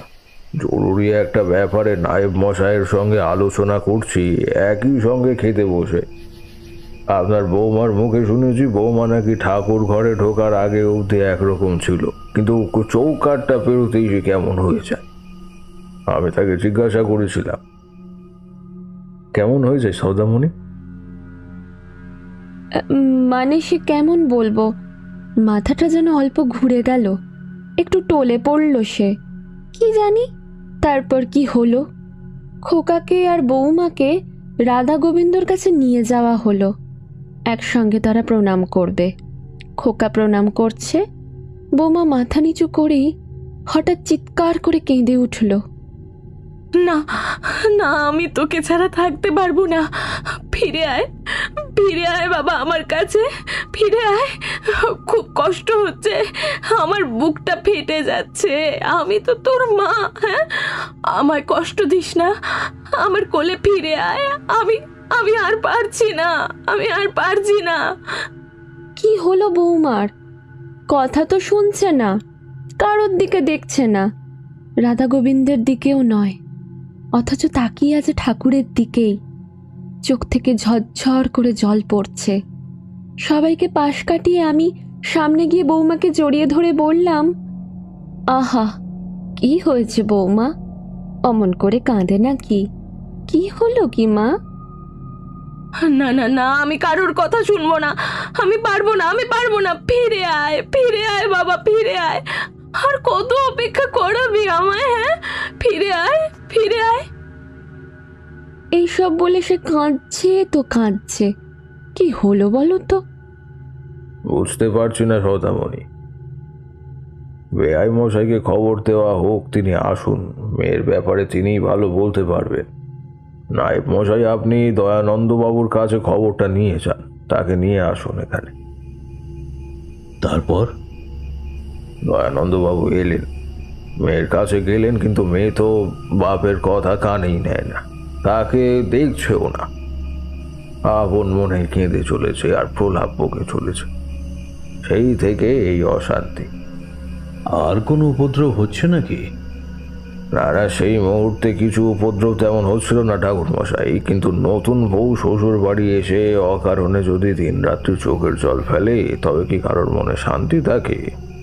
অমন ফুলের মতন মেয়েটা কেন যে কাঁদছে অত, খায় না, ঘুমোয় না, কোনো দিকেই যেন মন নেই। দয়ানন্দবাবু কি বললেন? তিনি তো বললেন যে 17 বছরের জীবনে তার মেয়েকে অসংলগ্ন একটাও কথা বলতে শুনেনি কখন। আমাদের মতোই খুব অবাক হয়ে গিয়েছিলেন তিনিও। এবার বুঝতেই পারছেন জমিদার বাড়ির কুল বধূর এই রকম বিকৃতি 5 জনের কানে ওঠা কি ভালো? সে যদি এমন না খেয়ে থাকে, এমন অনিয়ম করে, তবে তো একটা ভালো মন্দ কিছু হয়ে যেতে পারে। বাপের ওই এক মেয়ে, আর তো কেউ নেই। দয়ানন্দ বাবুর মুখটা দেখে বড় কষ্ট হয়। এছাড়া আমার ছেলে ওই কারণে বড় মন মরা হয়ে থাকে। সব মিলিয়ে পারিবারিক বিপর্যয় যাচ্ছে আমার। তো একরকম কাটছিল দিনগুলো, কিন্তু গেল পরশু থেকে যা সব কাণ্ড শুরু হয়েছে, তাতে রীতিমতো ভয় দেখা দিয়েছে। অনন্ত নারায়ণ এই অবধি বলেছে, আমি সবই তাকে জিজ্ঞাসা করব ভাবছি যে কেন হঠাৎ এমন সময়। দরজা খুলে দাও, খোলো দরজা। কেন বন্ধ করে রেখেছো আমায়? আমার বাচ্চার খাবার সময় হলো, সে ঘরে নেই। কোথায় গিয়ে দস্যিপনা করছে খুঁজে দেখতে হবে তো, আমি যাব। খোলো দরজা, শুনতে পাচ্ছ? শুনতে পাচ্ছ? খোলো। এইসব বলতে বলতে একজন স্ত্রীলোক দরজা পেটাচ্ছে। আমি বিস্ময় ভরা চোখে তাকালাম। অনন্ত নারায়ণ উঠে পড়লেন। হয়েছে, ওই আমার বৌমায়ের গলা।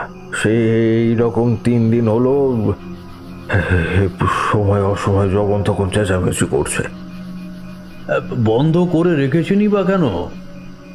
সাত করে রাখেনি ঠাকুর মশাই। এই নতুন ঘটনা আরম্ভ হওয়ার দিন ভোর রাতে আর এক কাণ্ড হয়েছিল। ফুলসজ্জা যেহেতু সুসম্পন্ন হয়নি, তাই বিভান আর বৌমা আলাদা ঘরেই থাকে। তবে বৌমার সঙ্গে আমারই 2 ঘুরোত্তর ভাইজি তপজা আর বিমলা থাকে। বিভান ঘুমায় পাশের ঘরে। কারোর মনেই শান্তি নেই, তবুও রাতের ঘুম সবারই গভীর। ঘুমিয়ে আছি, হঠাৎ শুনি তপজারা এসে আমার শোবার ঘরের দরজায় ধাক্কা দিচ্ছে আর ডাকছে। গিন্নি ততক্ষণে উঠে পড়েছেন। আমিও উঠলাম। এবার এসে দরজা খুলে দিতেই তপজারা বলল তারা নাকি ঘুমিয়ে পড়েছিল। হঠাৎ ঘরের দরজা খোলার শব্দ শুনেই প্রথমে বিমলার ঘুম ভাঙে। তারপরে সে তপজাকে ডাকে, বৌমা ঘরে নেই। তারা আশেপাশে খুঁজেছে, বৌমা কোথাও নেই, তাই আমাকে খবর দিতে এসেছে। সে কি কথা? এই রাত দুপুরে বৌমা কোথায় গেল? ওই কে কোথায় আছিস? বকুল, সহদেব, চরণ, বিষ্ণু, দেখ তো সদর দরজা কি খোলা? নতুন বউঠান কোথায় গেল দেখ, খুঁজে দেখ শিগগির। মুখের কথা খুঁজতে না খুঁজতে ছুটে এলো তারা। তাদের বলতেই সে যে যার কাজে লেগে পড়ল। সত্যিই বটে, সদর দরজা খোলা। দারোয়ানের কাছে জানা গেল যে সে দরজায় তালা দিয়েই দৌড়িতে তার ঘরে ঘুমোচ্ছিল। চাবি তার কাছেই আছে, অথচ তালা খুলেছে, বৌমা বাইরে গিয়েছে। বুঝতে পারছেন ঠাকুরমশাই সেই সময় আমাদের মনের অবস্থাটা কি হয়েছিল? বিমান চাইলো ওদের সঙ্গে যেতে, আমি বাধা দিলাম না, আমি বাড়িতেই থেকে গেলাম। মহিলারা তো কান্নাকাটি একেবারে শুরু করে দিয়েছে। সবাই জেগে উঠে ভয়ে তটস্থ হয়ে আছে। ধীরে ধীরে ভোর হলো, এখনো তারা আসছে না কেন? অধৈর্য হয়ে সবাই। আমার খাস চাকর নকুলকে ডেকে নিজেই বেরিয়ে যাও ভাবছি, এমন সময় দেখি বিভান বৌমাকে নিয়ে আসছে, তার পিছনে সবাই। ও কি খোকা, বৌমার কি হয়েছে? ও জ্ঞান হারিয়েছে মা, জঙ্গলের কাছে লুটিয়ে পড়েছিল। আমি গিয়ে এই অবস্থাতেই দেখলাম। আচ্ছা বেশ, এখানে দাঁড়িয়ে আর কথা বলো না, বৌমাকে নিয়ে যাও, ঘরে নিয়ে গিয়ে বিছানায় শুয়ে দাও। আর বিষ্ণু তুই যা, কবিরাজ মশাইকে ডেকে নিয়ে আয়। মহিলারা সব বৌমার ঘরে গিয়ে তার শুশ্রূষায় ব্যস্ত হলো। আর ছেলে বরাবরই খুব চাপা স্বভাবের, তাকে দেখে বুঝতে পারছি অল্প দিন হলেও বউয়ের প্রতি তার মায়া জন্মেছে। স্ত্রীকে অত কষ্ট পেতে দেখে সেও কষ্ট পাচ্ছে। কষ্ট তো হলো আমারও, কিন্তু কি জানেন যে অসুখের কোনো নিরাময় ঠাউর হয় না। সে রোগের কথা ভেবে ভেবে হতাশ হওয়ার চেয়ে না ভেবে বসে থাকা ভালো। দয়ানন্দবাবু এলেন আবার, তারও মনে দুঃখ। কবিরাজ মশাই এসে পথ্য দিয়ে গেলেন, কিন্তু বৌমার পেটে তো পড়েনি, সে কিছু খাবে না। তবে জ্ঞান ফিরলো একটু পরে। আর তারপর থেকে শুরু হয়েছে এই কাণ্ড। তাকে ঘিরে হয়তো দুই ননদ আছে, কোনো এক খাবার জিনিস খাওয়ানোর চেষ্টা করছে তাকে, কিন্তু সে খাবে না। উল্টে খাবারের জায়গাটা হাতে নিয়ে সে ভারী অদ্ভুত কাণ্ড কারখানা করছে। হ্যাঁ মা, তুমি কেন এমন ধারা কাজ করছো বলো দেখি? খেয়ে নাও মা, এসো আমি তোমায় খাইয়ে দিই। না না, আমি খাবো না, আমার বাচ্চা না খেয়ে আছে। মা হয়ে আমি কি করে খাবো? তোমরা আমায় বিরক্ত করো না। আয় বাবা আয়, হা কর, দেখ তো এটা কি? এটা হলো এইসব আবোল তাবোল বলছে, আর শুনলে যেন কাকে দেখছে সে। তাকে আদর করছে, খাইয়ে দিচ্ছে, গল্প বলছে, ঘুম পাড়াচ্ছে, ঠিক মা ছেলেকে যেমন করে। আমি আর থাকতে না পেরে তার কাছে গেলাম গতকাল। তখন দুপুরবেলা সবাই খাবার নিয়ে প্যারাপিড়ি করছে। তার বাবাও আছে সেইখানে, কিন্তু সে এক দানাও খাবার মুখে তুলছে না।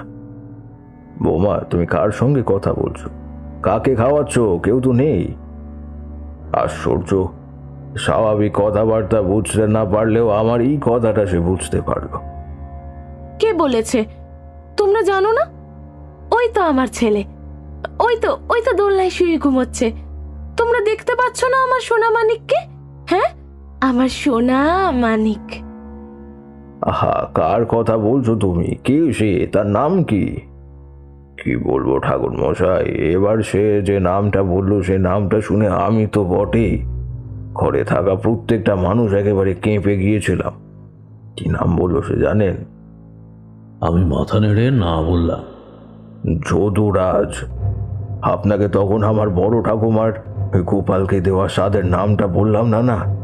বললাম পরে বলবো, এই হলো সেই নাম। অথচ এই বাড়িতে যে কোনোদিনও গোপাল ছিল আর তার নাম ছিল যদুরাজ, এই কথাটা এখন স্মৃতিতে তলিয়ে গিয়েছে।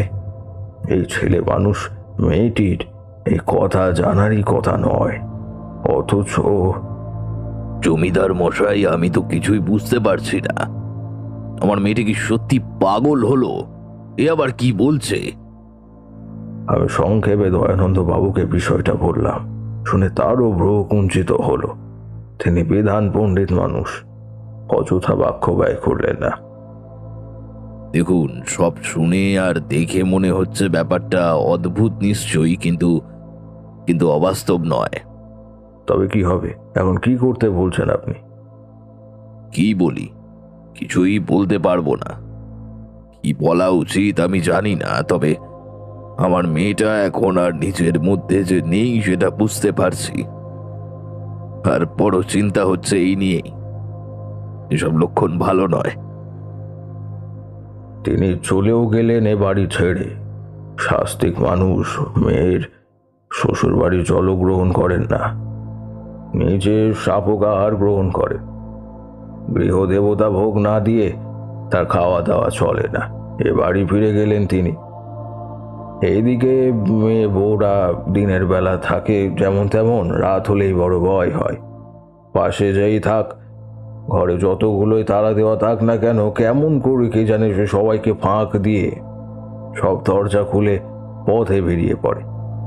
ওই ভোর রাতের দিকে পরপর দুদিন তাকে পাওয়া গিয়েছে কাঁটার জঙ্গলের দিকে। 2 রাত গিয়ে আজ আর 1 রাত আসতে চলেছে। যখন আমাদের সবার চিন্তায় করে মাথা খারাপ হয়ে যাচ্ছে, এমন সময় হঠাৎ সেই লোক এলো, রণদাচরণ ঘোষ, তার ছেলের ঘরের নাতির মুখে ভাতের নেমন্তন্ন করতে। বৌমা তখন এমনই বন্ধ দরজার ভেতর বিলাপ করছে, সে জানতে চাইল। আমি বললাম সব। রাতের বেলা ছাড়া অন্য সময় যখন সবাই জেগে আছে তখন কিন্তু সে দরজা খোলে না, কেবল খোলার চেষ্টা করে। আর সবাই ঘুমিয়ে পড়লেই তা যাই হোক, রণদাচরণ সব শুনে আপনার কথা বলল। সে আমার সঙ্গেই আজ কলিকাতায় গিয়েছিল, কিন্তু সামনেই বাড়িতে বড় কাজ বলে তাড়াই ছিল। জংশন থেকে ট্রেন ধরে সে তার গন্তব্যে চলে গেল। বলছে খুব শীঘ্রই সে আসবে একবার আপনার কাছে। আমার আর কোনো পথ নেই, বুঝতে পারছেন, কিছুতেই কিছু হচ্ছে না। আপনার কাছে গিয়েছিলাম তাই। দেখুন এবার এত রাত আসতে চলেছে, কি হয় না হয় তাই ভাবি। অনন্ত নারায়ণ এই পর্যন্ত বলেছেন। এমন সময় নতুরাম বলে এক চাকর এসে বসার ঘরের দরজায় দাঁড়িয়ে বলল, ভিতর বাড়ি থেকে গিন্নিমা নাকি তাকে ডেকে পাঠিয়েছেন। অনন্ত নারায়ণ লজ্জা পেয়ে জিভ কাটলেন। ও তাই তো, বেজায় রাত হয়েছে তো। চলুন ঠাকুরমশাই, আহারটা সেরে নেবেন। নতু, তুই যা, মাকে গিয়ে বল আমরা আসছি। নতুরাম চলে যাওয়ার পর আমি অনন্ত নারায়ণকে বললাম, সব শুনলাম, বুঝলাম। আমার একটি প্রশ্ন রয়েছে। ওই যে ডাকাত চামুণ্ডেশ্বর সে রাতে কাঁটা বনে ঢুকেছিল, তার কোনো খবর আপনাদের অতীতের গল্পে আর নেই? ও হ্যাঁ, তা আছে একটা। সেই কথাই ভেবে আপনাকে আর বলা হয়নি। একেবারেই গাল গল্প আর কি। সেটাই শুনি। শোনা গিয়েছিল সে রাতে ডাকাতি করবার পর চামুণ্ডেশ্বর নাকি আর কখনো কোনো ডাকাতি করতেই পারেনি। তার হাত দুটো নাকি নুলে হয়ে গিয়েছিল রাতারাতি। মাথাটাও খারাপ হয়ে গিয়েছিল তার। কোথাও যেত না সে, কেবল তাদের কালী মন্দিরের চাতালে বসে থাকতো। আর দিন রাত নল হাত তুলে দুটো চোখ চাপ দিত। সে মূর্তি নয়, সে তো মূর্তি নয়, সে যেন একটা চাঁদের কোনা। ওনা ঠাকুর কেড়ে আনলুম, পথে এসে হয়ে গেল একটা ছিলে। ছেলের গায়ে গয়না নেই, খালি কাঁধে, আর তার চোখে সে কি আলো, চোখ অন্ধ হয়ে যাবে। আমি সইতে না পেরে তাকে ছুঁড়ে ফেললাম কাঁটা গাছে। কি দিয়ে উঠল, কাঁদছে কাঁদছে, আর আলো, কত আলো, হাজারো রকম আলো। আমি আমি হারায় যাচ্ছি, আলোয় ডুবে যাচ্ছি। দৌড়ে পালা এলাম।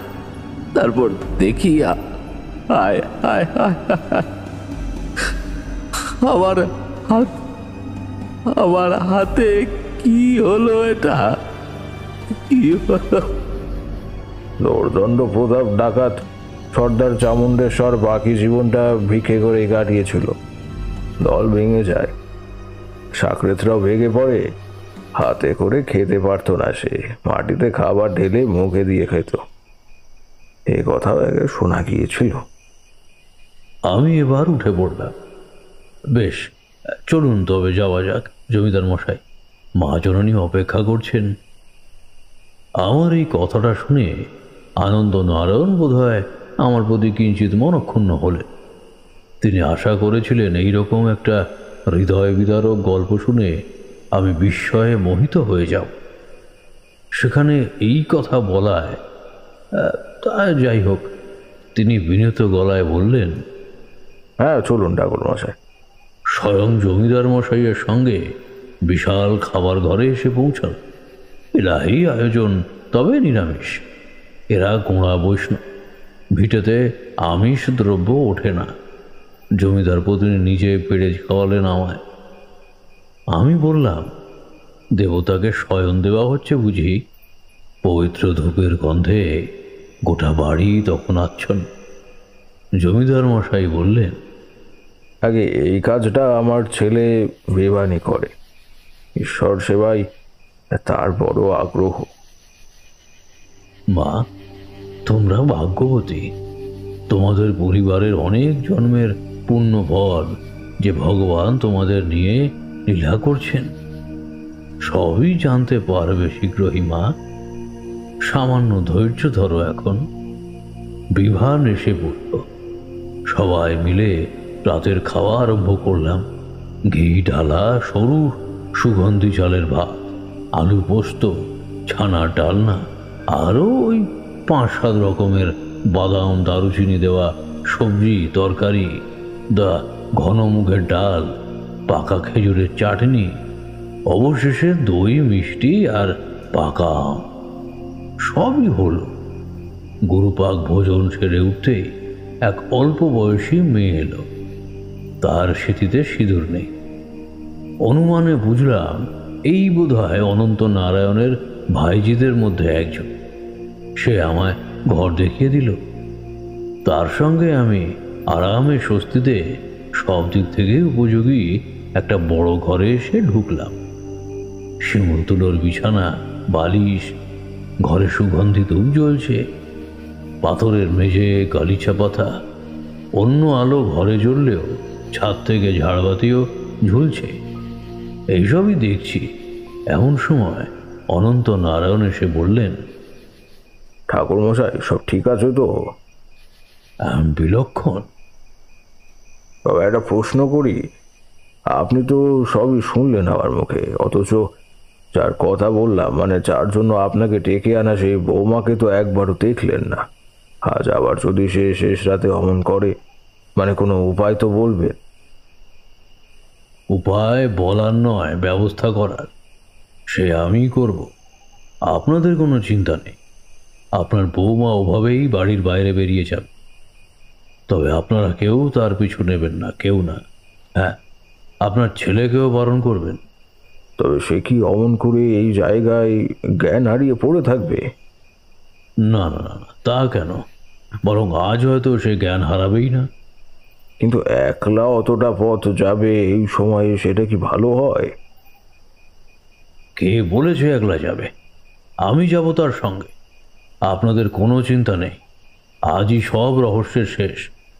আপনি যা চেয়ে আমাকে এখানে এনেছেন, সেই নিষ্পত্তি আজই হবে। অবশ্য কাজ যা আছে তা মিটতে মিটতে এখনো 8 দিন সময় লাগবে। আজ পূর্ণিমা, কাল কৃষ্ণপক্ষের সূচনা। দেরি আছে, আয়োজন করতে হবে। সব ঠিক হয়ে যাবে, আপনারা চিন্তা করবেন না। অনন্ত নারায়ণ আরও কিছু জিজ্ঞাসা করেছিলেন আমার। আমি তখন উত্তর দিইনি। শুধু বলেছিলাম, আমার তামার ঘটিতে 1 ঘটি ভরা গঙ্গা জল আর ওই 7টি তুলসী পত্র ও 1 টুকরো কর্পূর জোগাড় করে দিন, আর ধৈর্য ধরুন। হ্যাঁ, তিনি ধৈর্য ধরতেই পারে, কিন্তু আমরা পারছি না। মাফ করবেন। এসবের মানে কি? আপনি গেলেন, জমিদার অনন্ত নারায়ণ খানিকটা আপনারই মতো আপনাকে এই বিরাট আয়তনের একটা গল্প শোনালেন। তারপর দিব্যি ভরপেট খেয়ে দিয়ে স্বাচ্ছন্দ্যে তামা তুলসী গঙ্গার জল চেয়ে জমিদার মশাইকে ধৈর্য ধরতে বলে আপনি ঘুমিয়ে পড়লেন। এর মধ্যে আবার বাকি থাকা কাজ মিটতে মিটতে সময় লাগবে 8 দিন, এই কথাটাও বললেন। বড় মুশকিল হলো তো। না, যে বউটি অসংলগ্ন ব্যবহার করছেন তার তো কোনো ব্যবস্থাই হলো না। তারানাথ অন্যদিন হলে নিশ্চয়ই চটে যেতেন, কিন্তু যে কোনো কারণেই হোক আজ তিনি একটু বেশি প্রসন্ন আছেন। নিঃশব্দে বাসিংশ পুড়ে যাওয়ার অবশিষ্ট অংশ নারকেলের মালার মধ্যে দিয়ে নতুন আরেকখানা ধরিয়ে মুখে নিয়ে ধোঁয়া ছাড়লেন। তারপর বললেন, এখন উত্তর পাবে না, শুধু কথা শুনে যাও আর ধৈর্য ধরো। কিশোরী আমার দিকে আর চোখে তাকালো। আমিও সেভাবেই তাকিয়ে তাকে নিঃশব্দে বললাম, ধৈর্য ধরো। তারানাথ বলে চললেন, এবার একসময় গোটা জমিদার বাড়ি রাতে ঘুমের দেশে পাড়ি দিল। আমিও মাথার কাছে ঘটির জলে তুলসী ও কর্পূর ফেলে ইষ্ট নাম জপ করতে করতে ঘুমিয়ে পড়লাম। মিথ্যা বলবো না, পথশ্রম আর অতি উপাদেয় আহারে আমি ঘুমিয়েই পড়েছিলাম। হাতে সময় ছিল, তাও জানতাম। ঘুমটা ভাঙল তখনই যখন আমার যাওয়ার সময় হল। কানে এলো বাঁশির সুর। সর্বাঙ্গ আমার যেন শিহরিত হয়ে উঠল ঐশ্বরিক পুলকে। উঠে পড়লাম। আগেই চেয়ে নেওয়া গঙ্গা জলের পাত্রটি উপুড় করে দিলাম নিজের মাথায়। তারপর ইষ্ট নাম জপতে জপতে বাইরে বেরিয়ে এলাম। এবার শুনলাম নুপুরের ধ্বনি। আহা, সেই ধ্বনি জীবন থাকতে যে শুনতে পাবো, এত বড় ভাগ্য আমার তো কখনো ভাবিনি। বৃন্দাবনের পথের ধুলায় এই শব্দ আজও মিশে আছে। আমি বেরিয়ে এলাম। দেখলাম সদর দরজা খোলা। চাঁদ তখনও অস্ত যায়নি, তবে জোছনা ফিকে হয়েছে। দুই এক পা এগোতেই দেখতে পেলাম তাকে। কাকে? গোস্বামী বাড়ির নববধূকে আপন মনে চলেছেন। তার খোঁপা এলোমেলো, খালি পাহা, তবুও কোনো ক্লেশ নেই তার। সে হাসছে, মিষ্টি গলায় অনুযোগ করে বলছে, দুষ্টু কোথাকার, মাকে বুঝি কেউ এমন করে ঘোরায়? আয় না বাবা, অনেক তো হলো, আর লুকোচুরি খেলতে ভালো লাগছে না। আয় আয়, একটু খেয়ে নে। দেখ, তোর জন্য মতিচুরের লাড্ডু করে এনেছি। এইবার শুনতে পেলাম আরেকটি কণ্ঠের হাসি। আমার জন্ম সার্থক হলো এই কণ্ঠ শুনে। হ্যাঁ গো, সে কার হাসি ঠাকুরমশাই? স্বয়ং ব্রহ্মাণ্ডের প্রাণপুরুষ, স্বয়ং ভগবানের হাসি। কিশোরী অবাক হলো, কিন্তু তবুও সে প্রতিবাদ করল না। তারানাথ বলে চললেন, মা আর ছেলের খুনসুটি শুনতে শুনতে পিছন পিছন আমিও এসে পড়লাম। চাঁদ তখন প্রায় ঢলে পড়েছে। আসন্ন ভোরের গন্ধ নিয়ে শীতল বাতাস বইছে। মা হঠাৎ অস্থির হয়ে উঠলেন। কোথায় গেলি? হ্যাঁ, কোথায় গেলি তুই? আর কতদিন এমন করে খুঁজবো? হ্যাঁ, তোকে কি আমি পাবো না? আয় না, আয় না, আমার বুকে আয় বাবা। সোনা মানিক আমার, যদুরাজ, কোথায় গেলি তুই? হ্যাঁ, কোথায় গেলি? বলতে বলতেই মা জ্ঞান হারাচ্ছিলেন। আমি ছুটে গিয়ে তার মাথায় হাত রাখলাম। কে? নিজের অজান্তেই কথাটা বলে সে আমার দিকে ঘুরল। আমি দেখলাম, তোমরা শুনলে বিশ্বাস করবে না, মায়ের দুটো চোখ বন্ধ। বুঝলে, সব দৃষ্টি চোখেই হয় না। অন্তরের দৃষ্টি বলেও একটা জিনিস আছে। সেই দৃষ্টির জোরে মা গিয়েছিলেন সেখানে, কিন্তু কিনারা পর্যন্ত যাওয়াই তার জন্য তখন নিরাপদ। এই টান বড়ই সাংঘাতিক। বলা যায় না সেই সময় তিথি নক্ষত্রের কোন যুগ চলছে। মানুষের জীবনের উত্থান পতন সবই ওই তিথি নক্ষত্র আর গ্রহের দ্বারাই পরিচালিত হয়। আগের বারগুলোর সঙ্গে লোক ছিল, তাই অধিক অঘটন ঘটে। কিন্তু আজ আমি সবাইকে নিষেধ করেছি, তাই মা এখন একা। অতএব আমারই সব দায়িত্ব। মাথায় হাত রেখে সংযম বন্ধনী মন্ত্রপাঠ দ্বারা মাকে স্থির করে রাখলাম। তখনও মা অর্ধচেতন। তাকে সেখানেই বসিয়ে রাখলাম। চারপাশে টেনে দিলাম সুরক্ষা গণ্ডি। যদিও অপঘাত উপদ্রব কিছুই হবে না। অশুভ কোনো প্রভাবই নেই সমস্ত ব্যাপারটায়। তবুও ওই সময় অমন পরিত্যক্ত জায়গায়, বিশেষত যেটা একটা জঙ্গল, বিষাক্ত কীট পতঙ্গের তো অভাব নেই। তাই আমি আমার কর্তব্যটা করলাম। তারপর নিচে একবার ইষ্টনাম জপ করে জঙ্গলের ভিতর পা বাড়ালাম। সে কি ঠাকুরমশাই, দীর্ঘদিন পরিত্যক্ত থাকা কাটা গাছের জঙ্গল, সেখানে অলৌকিক কোনো ক্ষতি না হোক লৌকিক বিপদ তো হতে পারতো আপনার। আরে বাবা, সবে সবে বর্ষা গেছে, এখন বৃষ্টি চলছে সমানে। ওই সময় তো পুরো দমে ঝড় জল চলছে, সাপখোপ যদি কিছু একটা। সাপে আমার ভয় ছিল না, ক্ষোভ ছিল পাগলির উপর। সে বেটি আমায় যা তা বলেছে, তাকে জবাব দিতে না পারলে আমার শান্তি তো নেই। তাছাড়া মধুসুন্দরী দেবীর আশীর্বাদ সব সময় আমার সঙ্গে আছে। তাই পিছন ফিরে দেখতে হলো না, সোজা চলতে লাগলাম। হাত গলানো যায় না এমন সেই ঘন বন। লতানে গাছগুলোয় পাতা নেই, শুধু কাঁটা, কিন্তু তাও আমার বিন্দুমাত্র ক্ষতি হয়নি কোথাও। কাঁটা ঝরা পর্যন্ত নয়। এক মনে মধুসুন্দরী দেবীর স্মরণ নিয়ে চলেছি। এই মাঝ বরাবর গিয়েছি হয়তো, কোথায় যাচ্ছি আমি জানি না, তবে কেন যাচ্ছি তা জানি। এও জানি যেখানে গিয়ে থামবার কথা সেখানে গিয়েই আমি ঠিক থামব। এই করে করে মাঝ বরাবর গিয়ে পড়েছি আমি। এমন সময় হঠাৎ শুনতে পেলাম সেই কান্নাটা। কোন কান্না ঠাকুরমশাই? এই কান্না আমি আগেও বহুবার শুনেছি, আর আজই এই কান্নার অতীত এবং বর্তমানের গল্প শুনেছি জমিদার বাড়ির বসবার ঘরে বসে। সত্যি বহুদিন আগে বলে যাওয়া সাহসী শক্তিমান লেঠেল বিপুল মাঝি কিছু বাড়িয়ে বলেনি। সত্যি শিশুর কান্না এমন যেন মনে হয় ছুটে গিয়ে তাকে কোলে তুলে নেই। মা তো মা, আমি পর্যন্ত ব্যাকুল হয়ে গিয়েছি সেই কান্নার শব্দ শুনে। কোথায় কোথায় তুমি? আমায় আমায় দেখা দাও, দেখা দাও, আমি এসেছি, আমি বুঝেছি তোমার লীলা। তুমি মায়ের কোলে ফিরে চলো, আমায় আমায় আমায় দেখা দাও। কথাগুলো বলা মাত্রই তুমুল ঝড় বৃষ্টি আরম্ভ হল। এক মুহূর্তে আমার চারিপাশে দুর্যোগ ঘনিয়ে এলো। মোহর্মোহ বাজ পড়ছে, বৃষ্টি যেন এক একটা ধারালো তীরের ফলার মতো ঝরছে। জঙ্গল আন্দোলিত প্রবল ঝড়ের দাপটে। কান্না তখন চলছে, আমিও বলছি ওই একই কথা, কিন্তু আমি নিজের গলা নিজের কানে শুনতে পাচ্ছি না। খুব চিন্তা হলো। বাইরে মাকে বসিয়ে রেখে এসেছি, সে নিজে উঠে যেতে পারবে না, বাইরে থেকেও কেউ আসতে পারবে না তার কাছে। বলয় ঘিরে আছে তার। এখন যদি একটা দুর্ঘটনা ঘটে, আমিও কেঁদে মিনতি করে বললাম, দেখো তুমি তোমার মায়ের মুখ দিয়ে শান্ত হও।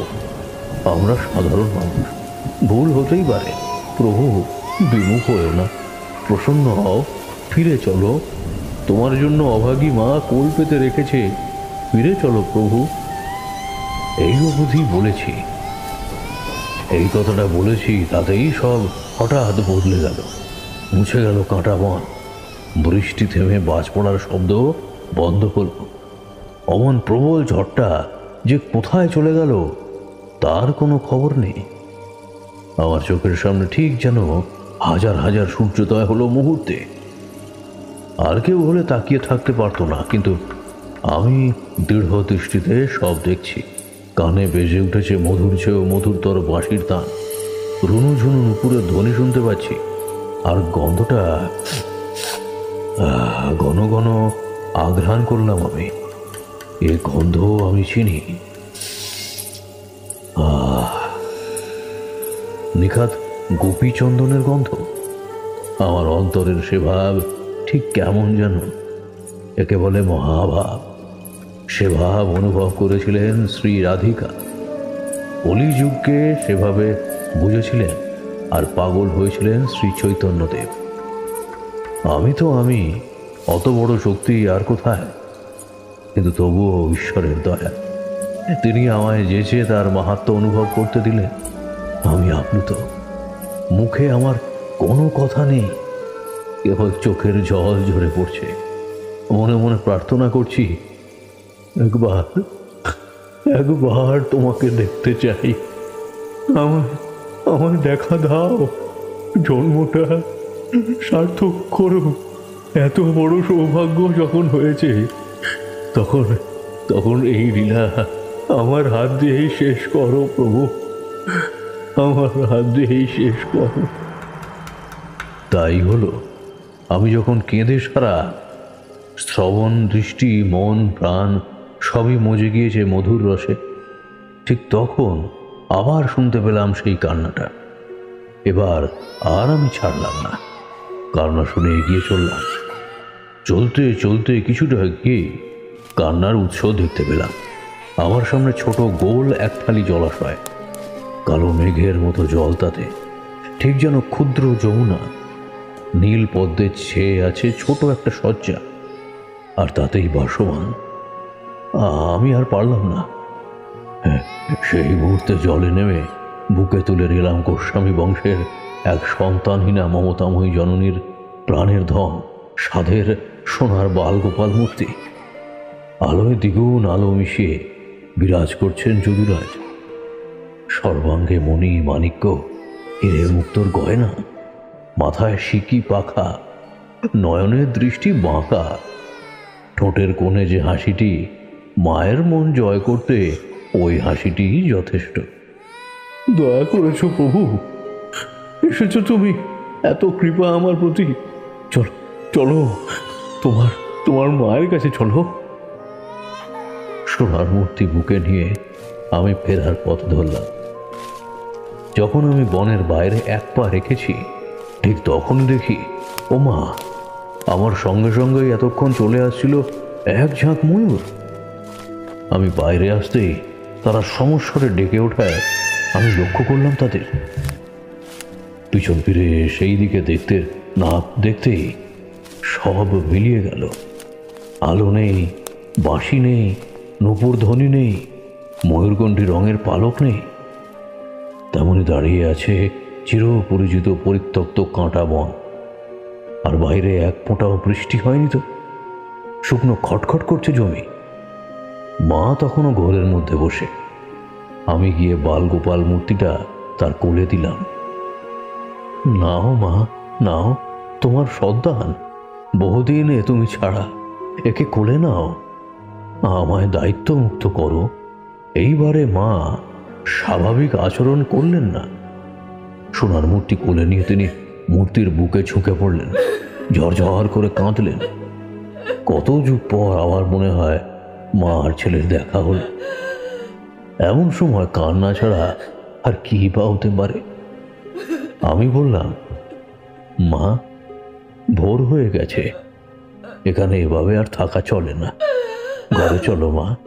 তোমার ঠাকুর অনেকদিন অন্তর্হিত ছিলেন, নতুন করে উপাসনা করতে হলে দেবতার নব উপচারে অর্চনা করা প্রয়োজন, তার ব্যবস্থা করতে হবে। আনুষ্ঠানিক কিছু রীতি নিয়ম আছে, সেই জন্যই আমার আশা। এখন অনেক কাজ সামনে, চলো মা, ঘরে ফিরে চলো। এবার মা নিজের চেতনায় মধ্যে এলেন, খুবই স্বাভাবিক গলায় কথা বললেন। আপনি কে? আমি এখানে এসেছি কেন? এই যে সোনার ঠাকুর আমার কোলে এলো কেমন করে? হ্যাঁ, আমি বুঝলাম মায়া যা ছিল তা কেটে গেছে, এবার কাজের সময়। মা অবাক হয়েছেন সঙ্গত কারণে। আমি বললাম, এটাকে তোমার ছেলে মনে করো মা, আর আমি তোমার আরেক ছেলে। এই ছেলের দাসানুদাস, এইটুকু আমার পরিচয়। এখন তুমি চলো, তোমার শ্বশুর বাড়ির সবাই চিন্তা করছে, শুধু আমি তাদের বলে এসেছি বলে এখনো তারা ধৈর্য রেখেছেন। আমার এইসব তত্ত্বকথা গ্রাম্যবধূ বুঝতে পারল না, তবুও বয়স জ্যেষ্ঠ মানুষ তো, আমার কথাটা তিনি শুনলেন। সুরক্ষা বলয় ভেঙে দিয়েছি আগেই। এইবার মাকে নিয়ে চলতে শুরু করলাম। গোস্বামী বাড়ি এসে দেখি দরজায় সবাই দাঁড়িয়ে। বিভান তার স্ত্রীকে সচেতন অবস্থায় দেখে সবিস্ময়ে তাকালো আমার দিকে। তাকে এবং বাকিদের সকলকে লক্ষ্য করে আমি বললাম, ভিতরে চলুন সবাই, অনেক কিছুই বলার আছে। কাজে হাত দিতে হবে এবার। ও মা, এ কি? এ যে সোনার গোপাল ঠাকুর, একে তুমি কোথায় পেলে বৌমা? আমি কিছু জানি না, উনি সব জানেন। হ্যাঁ, আমি কিছুটা জানি, তবে সব মোটেও নয়। এই ঠাকুর আপনাদেরই, এ বংশেরই প্রাণের ঠাকুর ছিল একদিন কাল। অনন্ত নারায়ণ সরে এলেন এবার বৌমার কাছে। এসে মূর্তিটা ভালো করে দেখে গম্ভীর গলায় বললেন, এ কি আর ঠাকুমার সোনার গোপাল? একে ডাকাতি করে নিয়ে গিয়েছিল ডাকাত চামুণ্ডেশ্বর, কিন্তু একে আপনি কোথায় পেলেন ঠাকুর মশাই? আমরা ধীরে ধীরে বাড়ির ভেতরে প্রবেশ করেছি। বসার ঘরে সবাই বসল। তার ঠিক সামনেই মা, তখনও তার কোলে মায়াময় মূর্তি ননীচোরা। আমি অনন্ত নারায়ণের পাশে, বিভানও পাশে আছে। বাড়ির কেউ বাকি নেই, কথা শুনতে এসেছে সবাই। আমি বলতে শুরু করলাম, দেখুন জমিদার মশাই, আপনি গতকাল আমায় যে কাহিনী শুনিয়েছেন আর আপনার বৌমার যেসব উপসর্গ হওয়ার কথা বলেছেন, আর কিছুটা আমি নিজের কানেও শুনেছি। সব মিলিয়ে আমার বুঝতে মোটেই দেরি হয়নি যে কি থেকে কি হয়েছে বা কি হতে চলেছে। সবচেয়ে বড় কথা, আপনি যে কলকাতায় আমার বাড়ি গিয়েছিলেন তার অনেক আগে থেকেই আমি জানতাম আপনি আসবেন। গতকাল আমার ব্যবহারে কিছুটা তেমন আভাস আপনিও পেয়েছেন। অনন্ত নারায়ণ হ্যাঁ সূচক মাথা নাড়লেন। তো কিভাবে জেনেছি সেটা বড় কথা নয়, আমি জানতে পেরেছি এখানে আমার কাজ আছে। সে কাজ কি সেটা অবশ্য আগে জানতাম না, সেটা জেনেছি এখানে এসেই, আপনার মুখে আপনার কথা শুনে। কাজটা আর কিছুই নয়, আপনাদেরই দেবতা, বা বলা ভালো এই বংশেরই কোনো এক মায়ের কোলের ছেলের মতো স্বয়ং ভগবানের শিশু অবতার রূপ এই গোপাল ঠাকুর, যে একদিন অন্তর্হিত হয়েছিলেন। অবশ্য সেটা তার ইচ্ছা, সবই তার লীলা। ডাকাত সর্দার চামুণ্ডেশ্বর যেসব কথা বলেছিল তা তার মন গড়া কথা নয়। কেউ বিশ্বাস না করলেও, আপনিও বিশ্বাস না করলেও কথাগুলো সত্যিই ছিল। রাতারাতি কারোর সবল হাত নুলো হয়ে অকেজ হয়ে যেতে পারে না। মা নন্দরানী আজ আর নেই, কিন্তু তার আক্ষেপ আর ভগবান শ্রীকৃষ্ণের আপনাদের প্রতি করুণা দুটোই আজও বর্তমান। সেইবার মায়ে পয়ে ছাড়াছাড়ি হয়েছিল অদৃষ্টের দুর্বিপাকে, কিন্তু এইবার দুজনই আবারও মিলবে বলে আমার ডাক পড়েছিল। অনন্ত নারায়ণ বললেন, কিন্তু এতদিন এই ঠাকুর কোথায় ছিল, আর আমার বৌমাই বা কেন এমন করছিল? বড় ঠাকুমার মারা গিয়েছেন, আর বৌমা এতদিন পরে আর আক্ষেপের কথা কি করে জানতে পারলো? নন্দরানী মারা গিয়েছেন, কিন্তু তার সত্তা, তার মাতৃস্নেহ, তার তো কোনো মৃত্যু নেই। শরীর মরে, আত্মা নয়। কে বলতে পারে, হয়তো সেই মা আজকের বহু যুগের উপার থেকে এপারে এসেছেন এই মা রূপে। জন্মান্তরে তলিয়ে গেছে সব স্মৃতি, কিন্তু টান সেটি কখনোই মোছার নয়। মায়ের মন এখনো ভোলেনি সন্তান হারানোর জ্বালা। স্বয়ং ভগবান তাকে ভুলতে দেননি। তাই আপনার পুত্রবধূ এই সংসারে ফিরে এসেছে আবারও, আর রাধা গোবিন্দের মন্দিরে গিয়ে ভগবানের আশীর্বাদে তার এই অনুভূতিটা হয়েছে। এইবার আসি মূর্তি পাওয়ার কথায়। আপনারা যাকে বলেন কাঁটা জঙ্গল, এইখানেই লোকচক্ষুর অন্তরালে নিজের শয্যা নিজেই রচনা করে নিয়েছিলেন তিনি। অপেক্ষা করছিলেন লীলা প্রকাশের সময় হলে তবে তো তিনি আসবেন। আজ সেই সময় হয়েছে। এর বেশি আর কিছু বললাম না তাদের। কাঁটা বনের মধ্যে আমি যা দেখেছি তা সবার পক্ষে দেখা সম্ভব নয়, এমনকি শোনার মতো শক্তিও সকলের থাকে না। জানি আমায় তারা পাগল ভাববে না, কিন্তু পুরোপুরি বিশ্বাস করতেও পারবে কি, এই আশঙ্কায় বেশি বললাম না। বিভান, এবার একটা কথা বলল। তবে আমাদের এখন কি করণীয় ঠাকুরমশাই? সামনেই জন্মাষ্টমী তিথি আসছে। আজ কৃষ্ণ প্রতিপদ। ঠিক 8 দিন পর আমি এই মূর্তিটির নবপ্রাণ প্রতিষ্ঠা করব। যদিও ভগবান সদা সর্বদাই প্রাণময়, তবুও আমরা তো মানুষ, আমাদের কিছু নিয়ম পালন করতে হয়। তারপর তুমি আর তোমার স্ত্রী এই দেবতাকে নিজেদের সন্তানের রূপে গ্রহণ করবে, কেমন? তিনিও তো তাই চান, মায়ের কোলে থাকবেন বলেই ফিরে এসেছেন আবার। বৌমা এতক্ষণ সন্তানেরই মতো স্বর্ণমূর্তিটি কোলে নিয়ে আমার মুখে বলা এইসব বাস্তব অথচ অতি বাস্তব কথাবার্তা শুনছিলেন।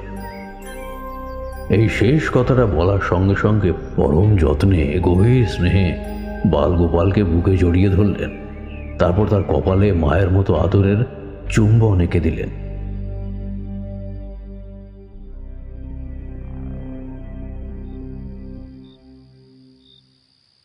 আরে দাঁড়ান দাঁড়ান, আগে আমার কথাটার উত্তর দিন, তারপর আপনি আবার বাকিটা বলবেন। কি কথা বলো? হ্যাঁ, আপনি কাঁটা জঙ্গলের ভিতর অলৌকিক আলো দেখেছেন, বিশাল যমুনার ছোট পরিসর দেখেছেন, সেখান থেকে নীল পদ্মের বিছানায় ঘুমিয়ে থাকা সোনার দেবতাকে তারই ইচ্ছায় তুলে এনেছেন। সবই ঠিক, অলৌকিক ঝড় বৃষ্টি বজ্রপাত এক ঝাঁক ময়ূর সবই সম্ভব। কিন্তু ব্যাপারটা আসলে হলোটা কি? চামুণ্ডেশ্বর সোনার ঠাকুর নিয়ে গ্রাম ছেড়ে পালাচ্ছিল। জঙ্গলের মধ্যে ঢোকার সময় তার হাতে ছিল সোনার গোপালের মূর্তি, অথচ জঙ্গল থেকে বেরিয়ে যখন মন্দিরের চাতালে বসলো তখন সে বলল মূর্তিটা নাকি ছেলে হয়ে গিয়েছিল, আর সে সেই ছেলেটাকে কাঁটা ঝোপের ওপর আছড়ে ফেলে পালিয়ে গেছে। এইটা কি করে হলো? জাদু নাকি? আরও একটা বড় প্রশ্ন, ওই বিভান নারায়ণের স্ত্রী প্রতিবার জঙ্গলের বাইরে গিয়ে জ্ঞান হারাতো কেন? ভিতরে যেত না কেন? সে তো আর তখন সচেতন থাকতো না। তাহলে ভিতরে না যাওয়ার কারণ কি? আর আপনিও নিজে ভিতরে গেলেন যখন, তখন ওই বউটিকে বাইরে বলয়ের মধ্যে বসিয়ে রেখে গেলেন কেন? তার জন্য তো আপনার চিন্তা হচ্ছিল, তাহলে তাকে সঙ্গে নিলেন না কেন? বিভূতি, ওকে এক ঘটি জল দাও। কেন ওর তালিকা গুনতে গুনতে বেচারির গলা শুকিয়ে গেছে। হা হা হা। আমি ঘটিটা ওর দিকে এগিয়ে দিলাম। দিব্য জল খেতে খেতে কিশোরী আবার কথা বলল। সে আমায় যতই জল খাওয়ান, ঘোল খাওয়াতে পারবেন না মশাই। বলুন কেন? চিন্তা ছিল, যদু কেন হবে? বললাম না, সে সে যদি একটা রক্ত মাংসের ছেলে মা হতে না। অথচ আমায় একবার ডাকেননি, এ কিন্তু ভারী অবিচার। মানুষটা এতদিনে শান্তি ফিরে পেয়েছেন, তাই খুশি মনে কথা বলছেন। আমি বললাম, গল্প করিনি, কিছু জরুরি কথা আলোচনা করছিলাম। তবে আপনি এসেছেন যখন, তখন আসর পেতে বসাই যায়। অনন্ত নারায়ণ আমাদের পাশেই বসলেন। ঠাকুরমশাই, আমি রণদাচরণকে পত্র পাঠিয়েছি। জন্মাষ্টমীর দিনে না হোক, যত তাড়াতাড়ি সম্ভব সে যেন আসে আমার কাছে। তার বাড়িতে কাজ, তাই কিছুটা সময় দিলাম তাকে। সে এলে তাকে নিয়ে আমি আপনার ওখানে যাব। আমি বললাম, বেশ, মটলেনে আমার বাড়ির দরজায় সবসময় সবার জন্য অবারিত। তা আপনার ওই দিকের কাজকর্ম কত দূর? সেই সব কাজ জোর কদমে চলছে। বেবানি দেখাশোনা করছে এই দিকটা। আপনার বৌমা আর আমার বৌমা, বাড়ির সব মেয়েরা পুজোর দিনে যদুরাজকে কিভাবে সাজাবে, কি পড়বে, তারা কত রকম পথ রেঁধে ভোগ দেবে, দেবতার এইসব নিয়েই ব্যস্ত। বাড়ির একজন মহিলা এসে খেতে যাওয়ার জন্য ডাকলো। আমি এখানেই থাকি, বেলাটা পড়লে রওনা দেব। শত চেষ্টা করেও তাকে আমি পর্যন্ত একটু জল মিষ্টি খাওয়াতে পারলাম না। তার স্থির প্রতিজ্ঞা, মেয়ের শ্বশুর বাড়ি তিনি জল গ্রহণ করবেন না, যতদিন না নাতি বা নাতনি মুখে ভাত হচ্ছে এই বাড়িতে। তারপর আর কি, তা একটানা 7টা দিন জমিদারির আদরে কেটে গেল আমার। অনন্ত নারায়ণ সব বিষয়ে আমার মতামত নেয়। বিভান আমায় প্রচণ্ড ভক্তি করে। জমিদার গিন্নি নিত্য আমায় সামনে বসিয়ে খাওয়ান মায়ের মতো। আর মা যশোদা, সে তো তার সোনার ছেলেকে নিয়েই মেতে আছে। বাড়ির কাজের লোকেদের নিঃশ্বাস ফেলার সময় নেই। দেখতে দেখতে অষ্টমী তিথি এলো। সারাদিন আয়োজন চলল। জন্মাষ্টমীর তিথির পুজো রাতে বহু বছর আগে দাপর যুগে কৃষ্ণপক্ষের অষ্টমী তিথিতে মাতুল কংসের কারাগারে মাতা দেবকীর কোলে জন্ম নিয়েছিলেন ভগবান। তিথি অষ্টমী আর মাতা দেবকীর অষ্টম গর্ভের সন্তান হওয়ার দরুন এই তিথি খ্যাত হয়েছে জন্মাষ্টমী তিথি নামে। তো যা বলছিলাম, সমস্ত আয়োজন প্রস্তুত। দয়ানন্দবাবু রয়েছেন, যদিও মূল কাজ আমিই করব। যথার্থ সময় হতেই আমি প্রসূতি মাতা আর সন্তান জন্মের পর সদ্যজাত সন্তান ও জননীর নাড়িচ্ছেদন করবার রীতি অনুযায়ী ভগবান শ্রীকৃষ্ণের জন্মলগ্নে কল্পরূপে তার মাতৃগর্ভের সংযোগ নাড়িটি ছেদন করলাম, একটি ডগাসহ কচি শশার বৃন্ত ছেদন করার মাধ্যমে। মা মেয়েদের বললাম, আপনারা সবাই হুলু দিন, শাঁখ বাজান। ভগবান অবতীর্ণ হলেন, মাতিয়ে তুলল চারপাশ তারা। ঠিক তখনই বাইরে শুরু হলো প্রবল বৃষ্টিপাত।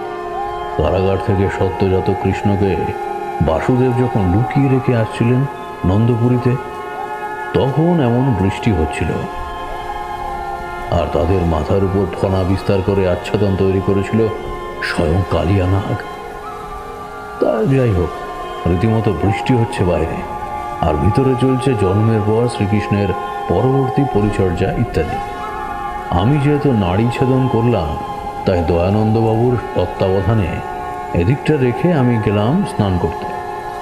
স্নান করে শুদ্ধ হয়ে ফিরে এলাম। তারপর যথা উপাচারে সারা রাত ব্যাপী আরাধনা করলাম, দেবতার মূর্তিতে প্রাণ প্রতিষ্ঠা করলাম।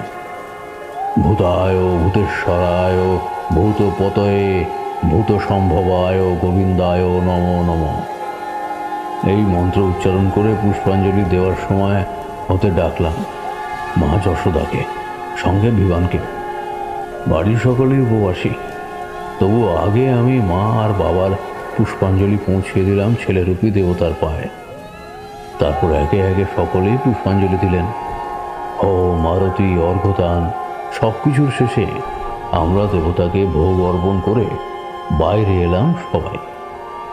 বন্ধ হলো পুজোর ঘরের দোর। এইদিকে রাধা গোবিন্দের মন্দিরেও বিশেষ পুজো।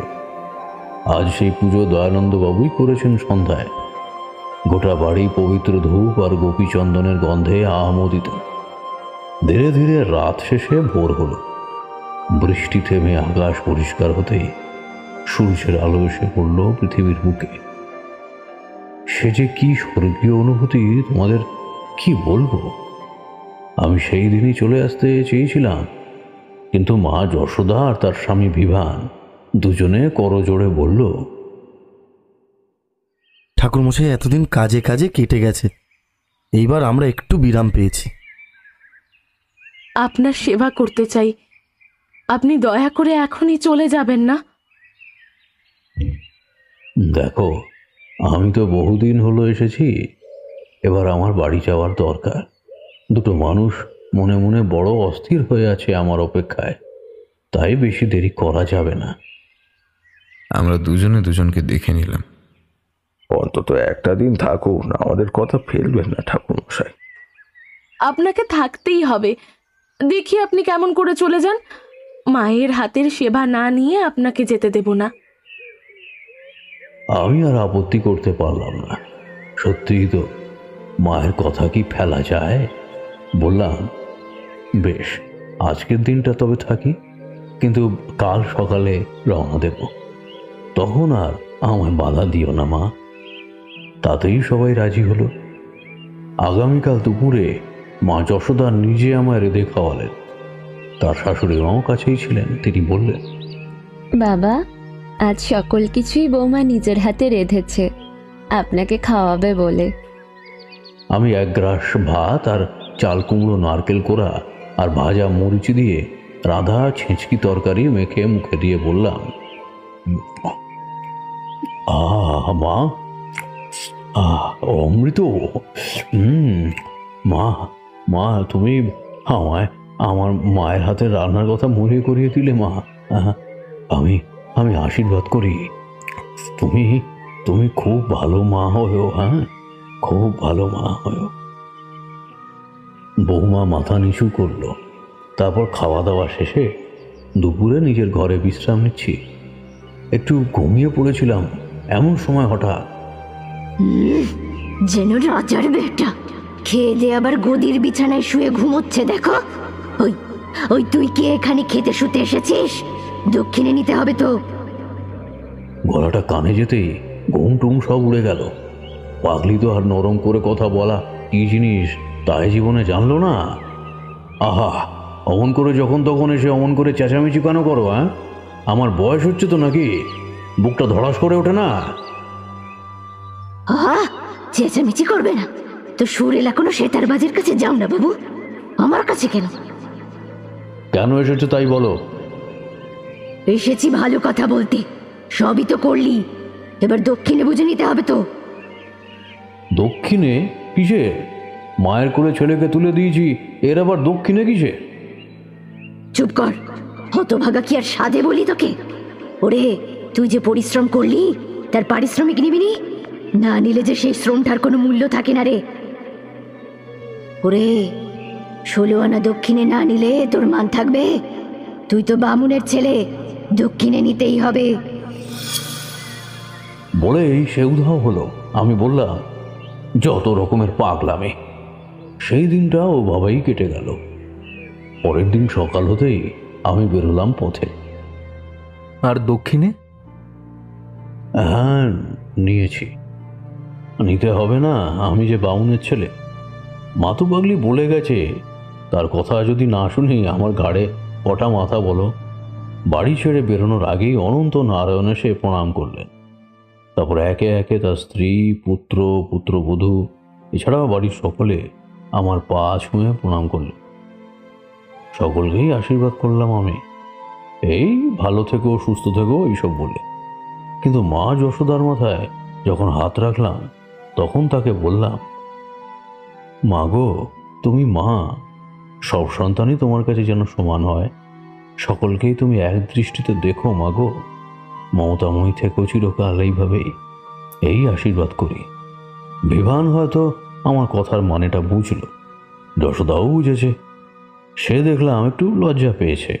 আমি বললাম, তবে এবার আমি আসি মা। ঠাকুরমশাই, এই থলিটি আপনি রাখুন। কি আছে এর মধ্যে? বিশেষ কিছু নয়, সামান্য।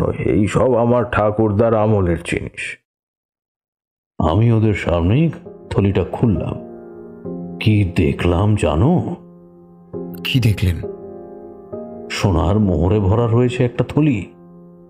এক একটা মোহর বোধহয় কয়েক ভরি করে সোনায় তৈরি। কথাটা শুনে আমার আর কিশোরীর চোখ দুটো 4টে বড় বড় মোহর হয়ে গেল। গোল গোল চোখে আমরা তারানাথকে দেখছি। আমাকেই দেখতে পাবে, মোহরগুলো নয়, কারণ সেগুলো আমি আনিনি। সে কি আনেননি মানে? মোহরগুলো রেখে এলেন নাকি? হ্যাঁ, আমার তো পাওনা কেবল 16টি আনা। মোহর নিতে যাব কেন? বললাম, জমিদার মশাই, আপনাদের আতিথ্য আমার মনে থাকবে সারা জীবন। মা যশোদা আর তার সন্তান যদুরাজকেও আমি ভুলবো না কোনোদিন। কিন্তু আমায় ক্ষমা করুন, এই থলিটি আমি নিতে পারবো না, এটা আপনিই রাখুন। সে কি কথা? আপনার প্রণামী কিছুই নেবেন না? আমাদের যে বড় খারাপ লাগবে তাহলে। আমি চাইছি আমার প্রণামী আমায় দাও। কি দিতে হবে ঠাকুর? 16টি আনা চাই আমার। কেবল 16 আনা? হ্যাঁ, কেবল 16 আনা। আমি এনে দিচ্ছি। মা যশোদা চলে গেলেন। তারপর ফিরে এসে আমার হাতে 16 আনা গুনে দিলেন। আমি সেই আনাগুলো মাথায় ছুঁয়ে বেরিয়ে এলাম ওই বাড়ি ছেড়ে। আর একবারও যদুরাজের কাছে যাইনি। বড় মায়াময় মুক্ত হোক, কি জানি দেখে যদি আবদ্ধ হয়ে পড়ি। তাই তার রূপ বুকে নিয়ে সামনে চলতে লাগলাম। তারপর তো এই তোমরা এলে।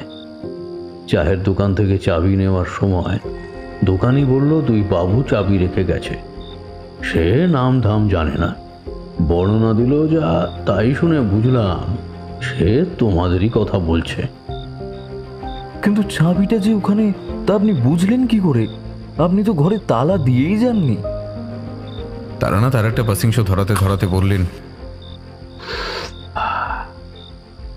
আমি না হয় পাগলি তো তাই বলেছে, কিন্তু তোমরা বলে গিয়ে 17-5-22 হওয়া ঘোর সংসারী মানুষ হিসাবে তোমাদের ভুল হয় না। তোমরা কি আর আমার দরজাটা হাট করে খোলা রেখে চলে যেতে পারতে?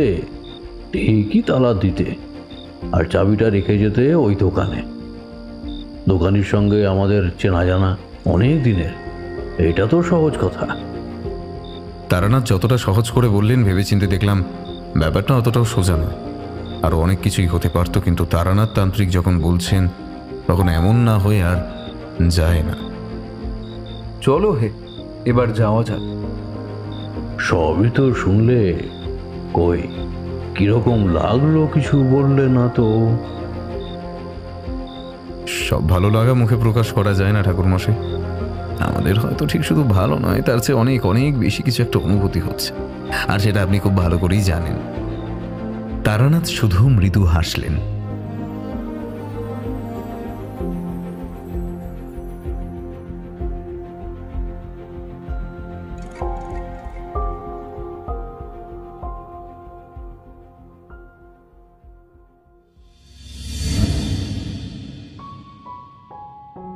শুনছিলেন লেখিকা তিনিতা অর্থাৎ তানিয়া দাস ও ব্রততী সামলের যৌথ কলমে তারানাথ তান্ত্রিকের গল্প যদুরাজের পুনরুদ্ধার।